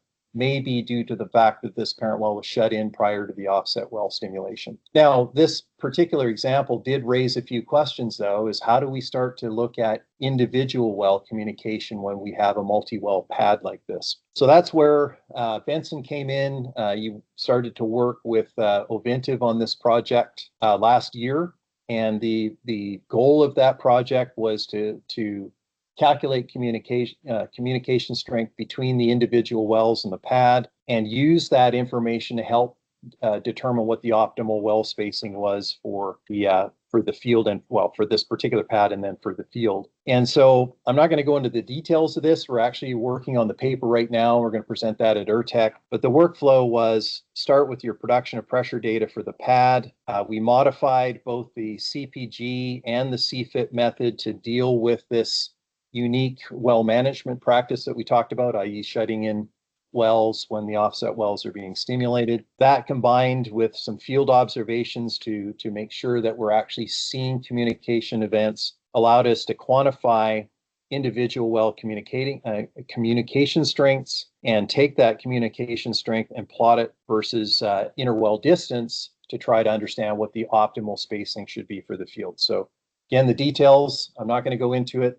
Samine from Ovintiv work with Benson on that. We're working on a paper to share this in the near future. So in conclusion, a new modelless diagnostic plot based on the CFIP method's been proposed to evaluate interwell connectivity. The method's been generalized to to basically flow back data, so early time data as well as multi-phase cases, and to account for this well management practice for the Montney for this particular scenario. We wanted to show practical application of the method to some field cases. Future work, we're going to focus on improving that communication strength calculation for the multi-well cases that we had just finished talking about. So with that, I'd like to acknowledge Whitson, sponsors of Tidal Oil Consortium, and various other contributors to this project, and open it up to questions. Boundary condition. Nothing about boundary Quick condition. question for you, but you showed these wells that are producing. Do you think you should be producing the wells to? Well, in this particular instance, yeah, that one well was shut in while all the other wells were brought on. But I would caution you a bit, because the material balance calculations, this reason why I said we had to revisit this problem, is that it doesn't strictly account for some of the stuff that's going on from a material balance perspective. And I would suggest that, I mean, the value that we showed was a relatively muted response. I actually think it's probably more muted than what we're showing, because we haven't really properly accounted for that material balance. So the technique in a nutshell doesn't perfectly work for that case. And that's what led us really to work with Ovintiv on that problem and look at, okay, when all the wells are producing, how do we then calculate communicating strengths in that case? Then you don't have the complication of a supercharged fracture system and all that other stuff that's going on. So I'm not going to, I haven't seen enough of those cases to give you a generalized conclusion on whether it's good or it's bad.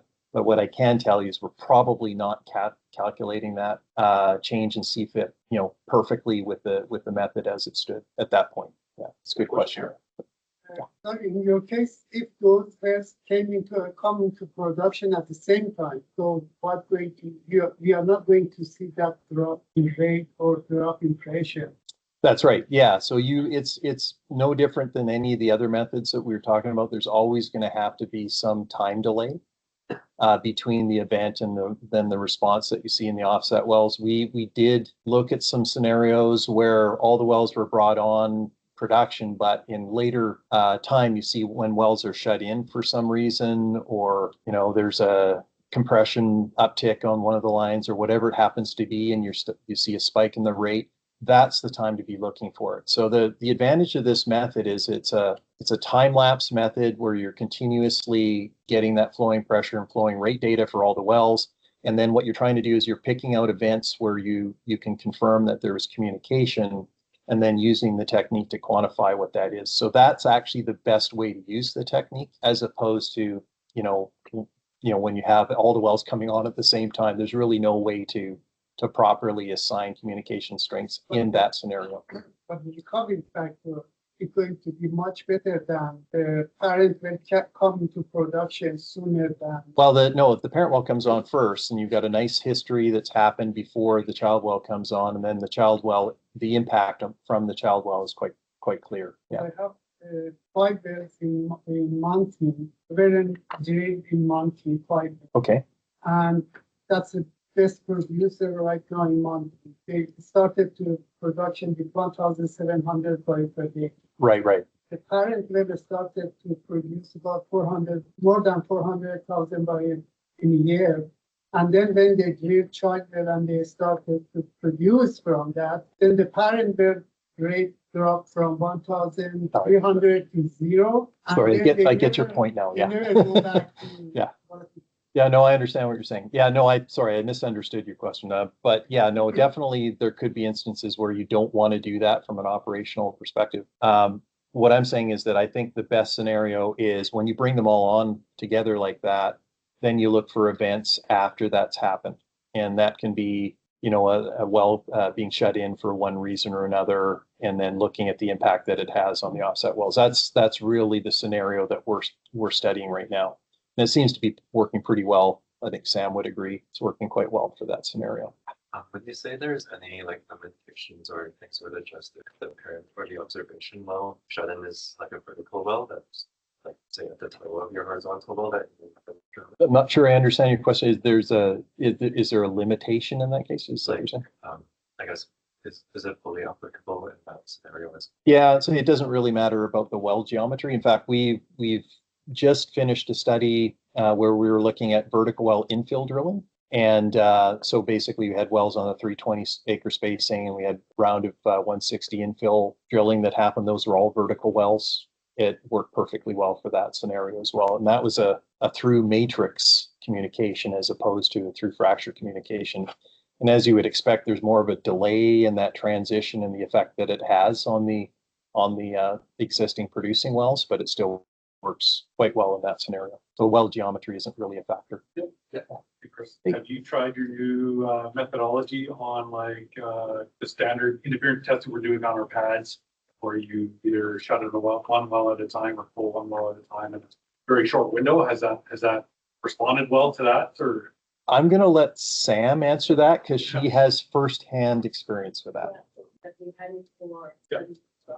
And previously given that was up, they basically came up similar, except one well that became like medium portion, but it was perfectly not perfectly. That's gonna be the last question. It's easy compared to some of the stuff they have in there.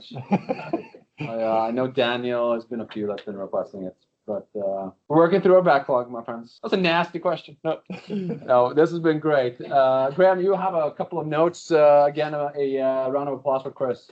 Just to wrap it up, thanks for everyone making it here today and our presenters.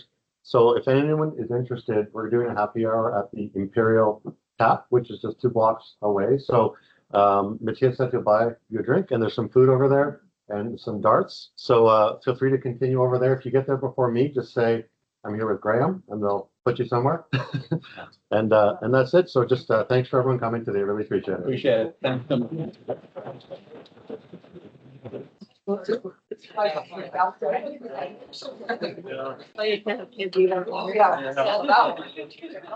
Yeah.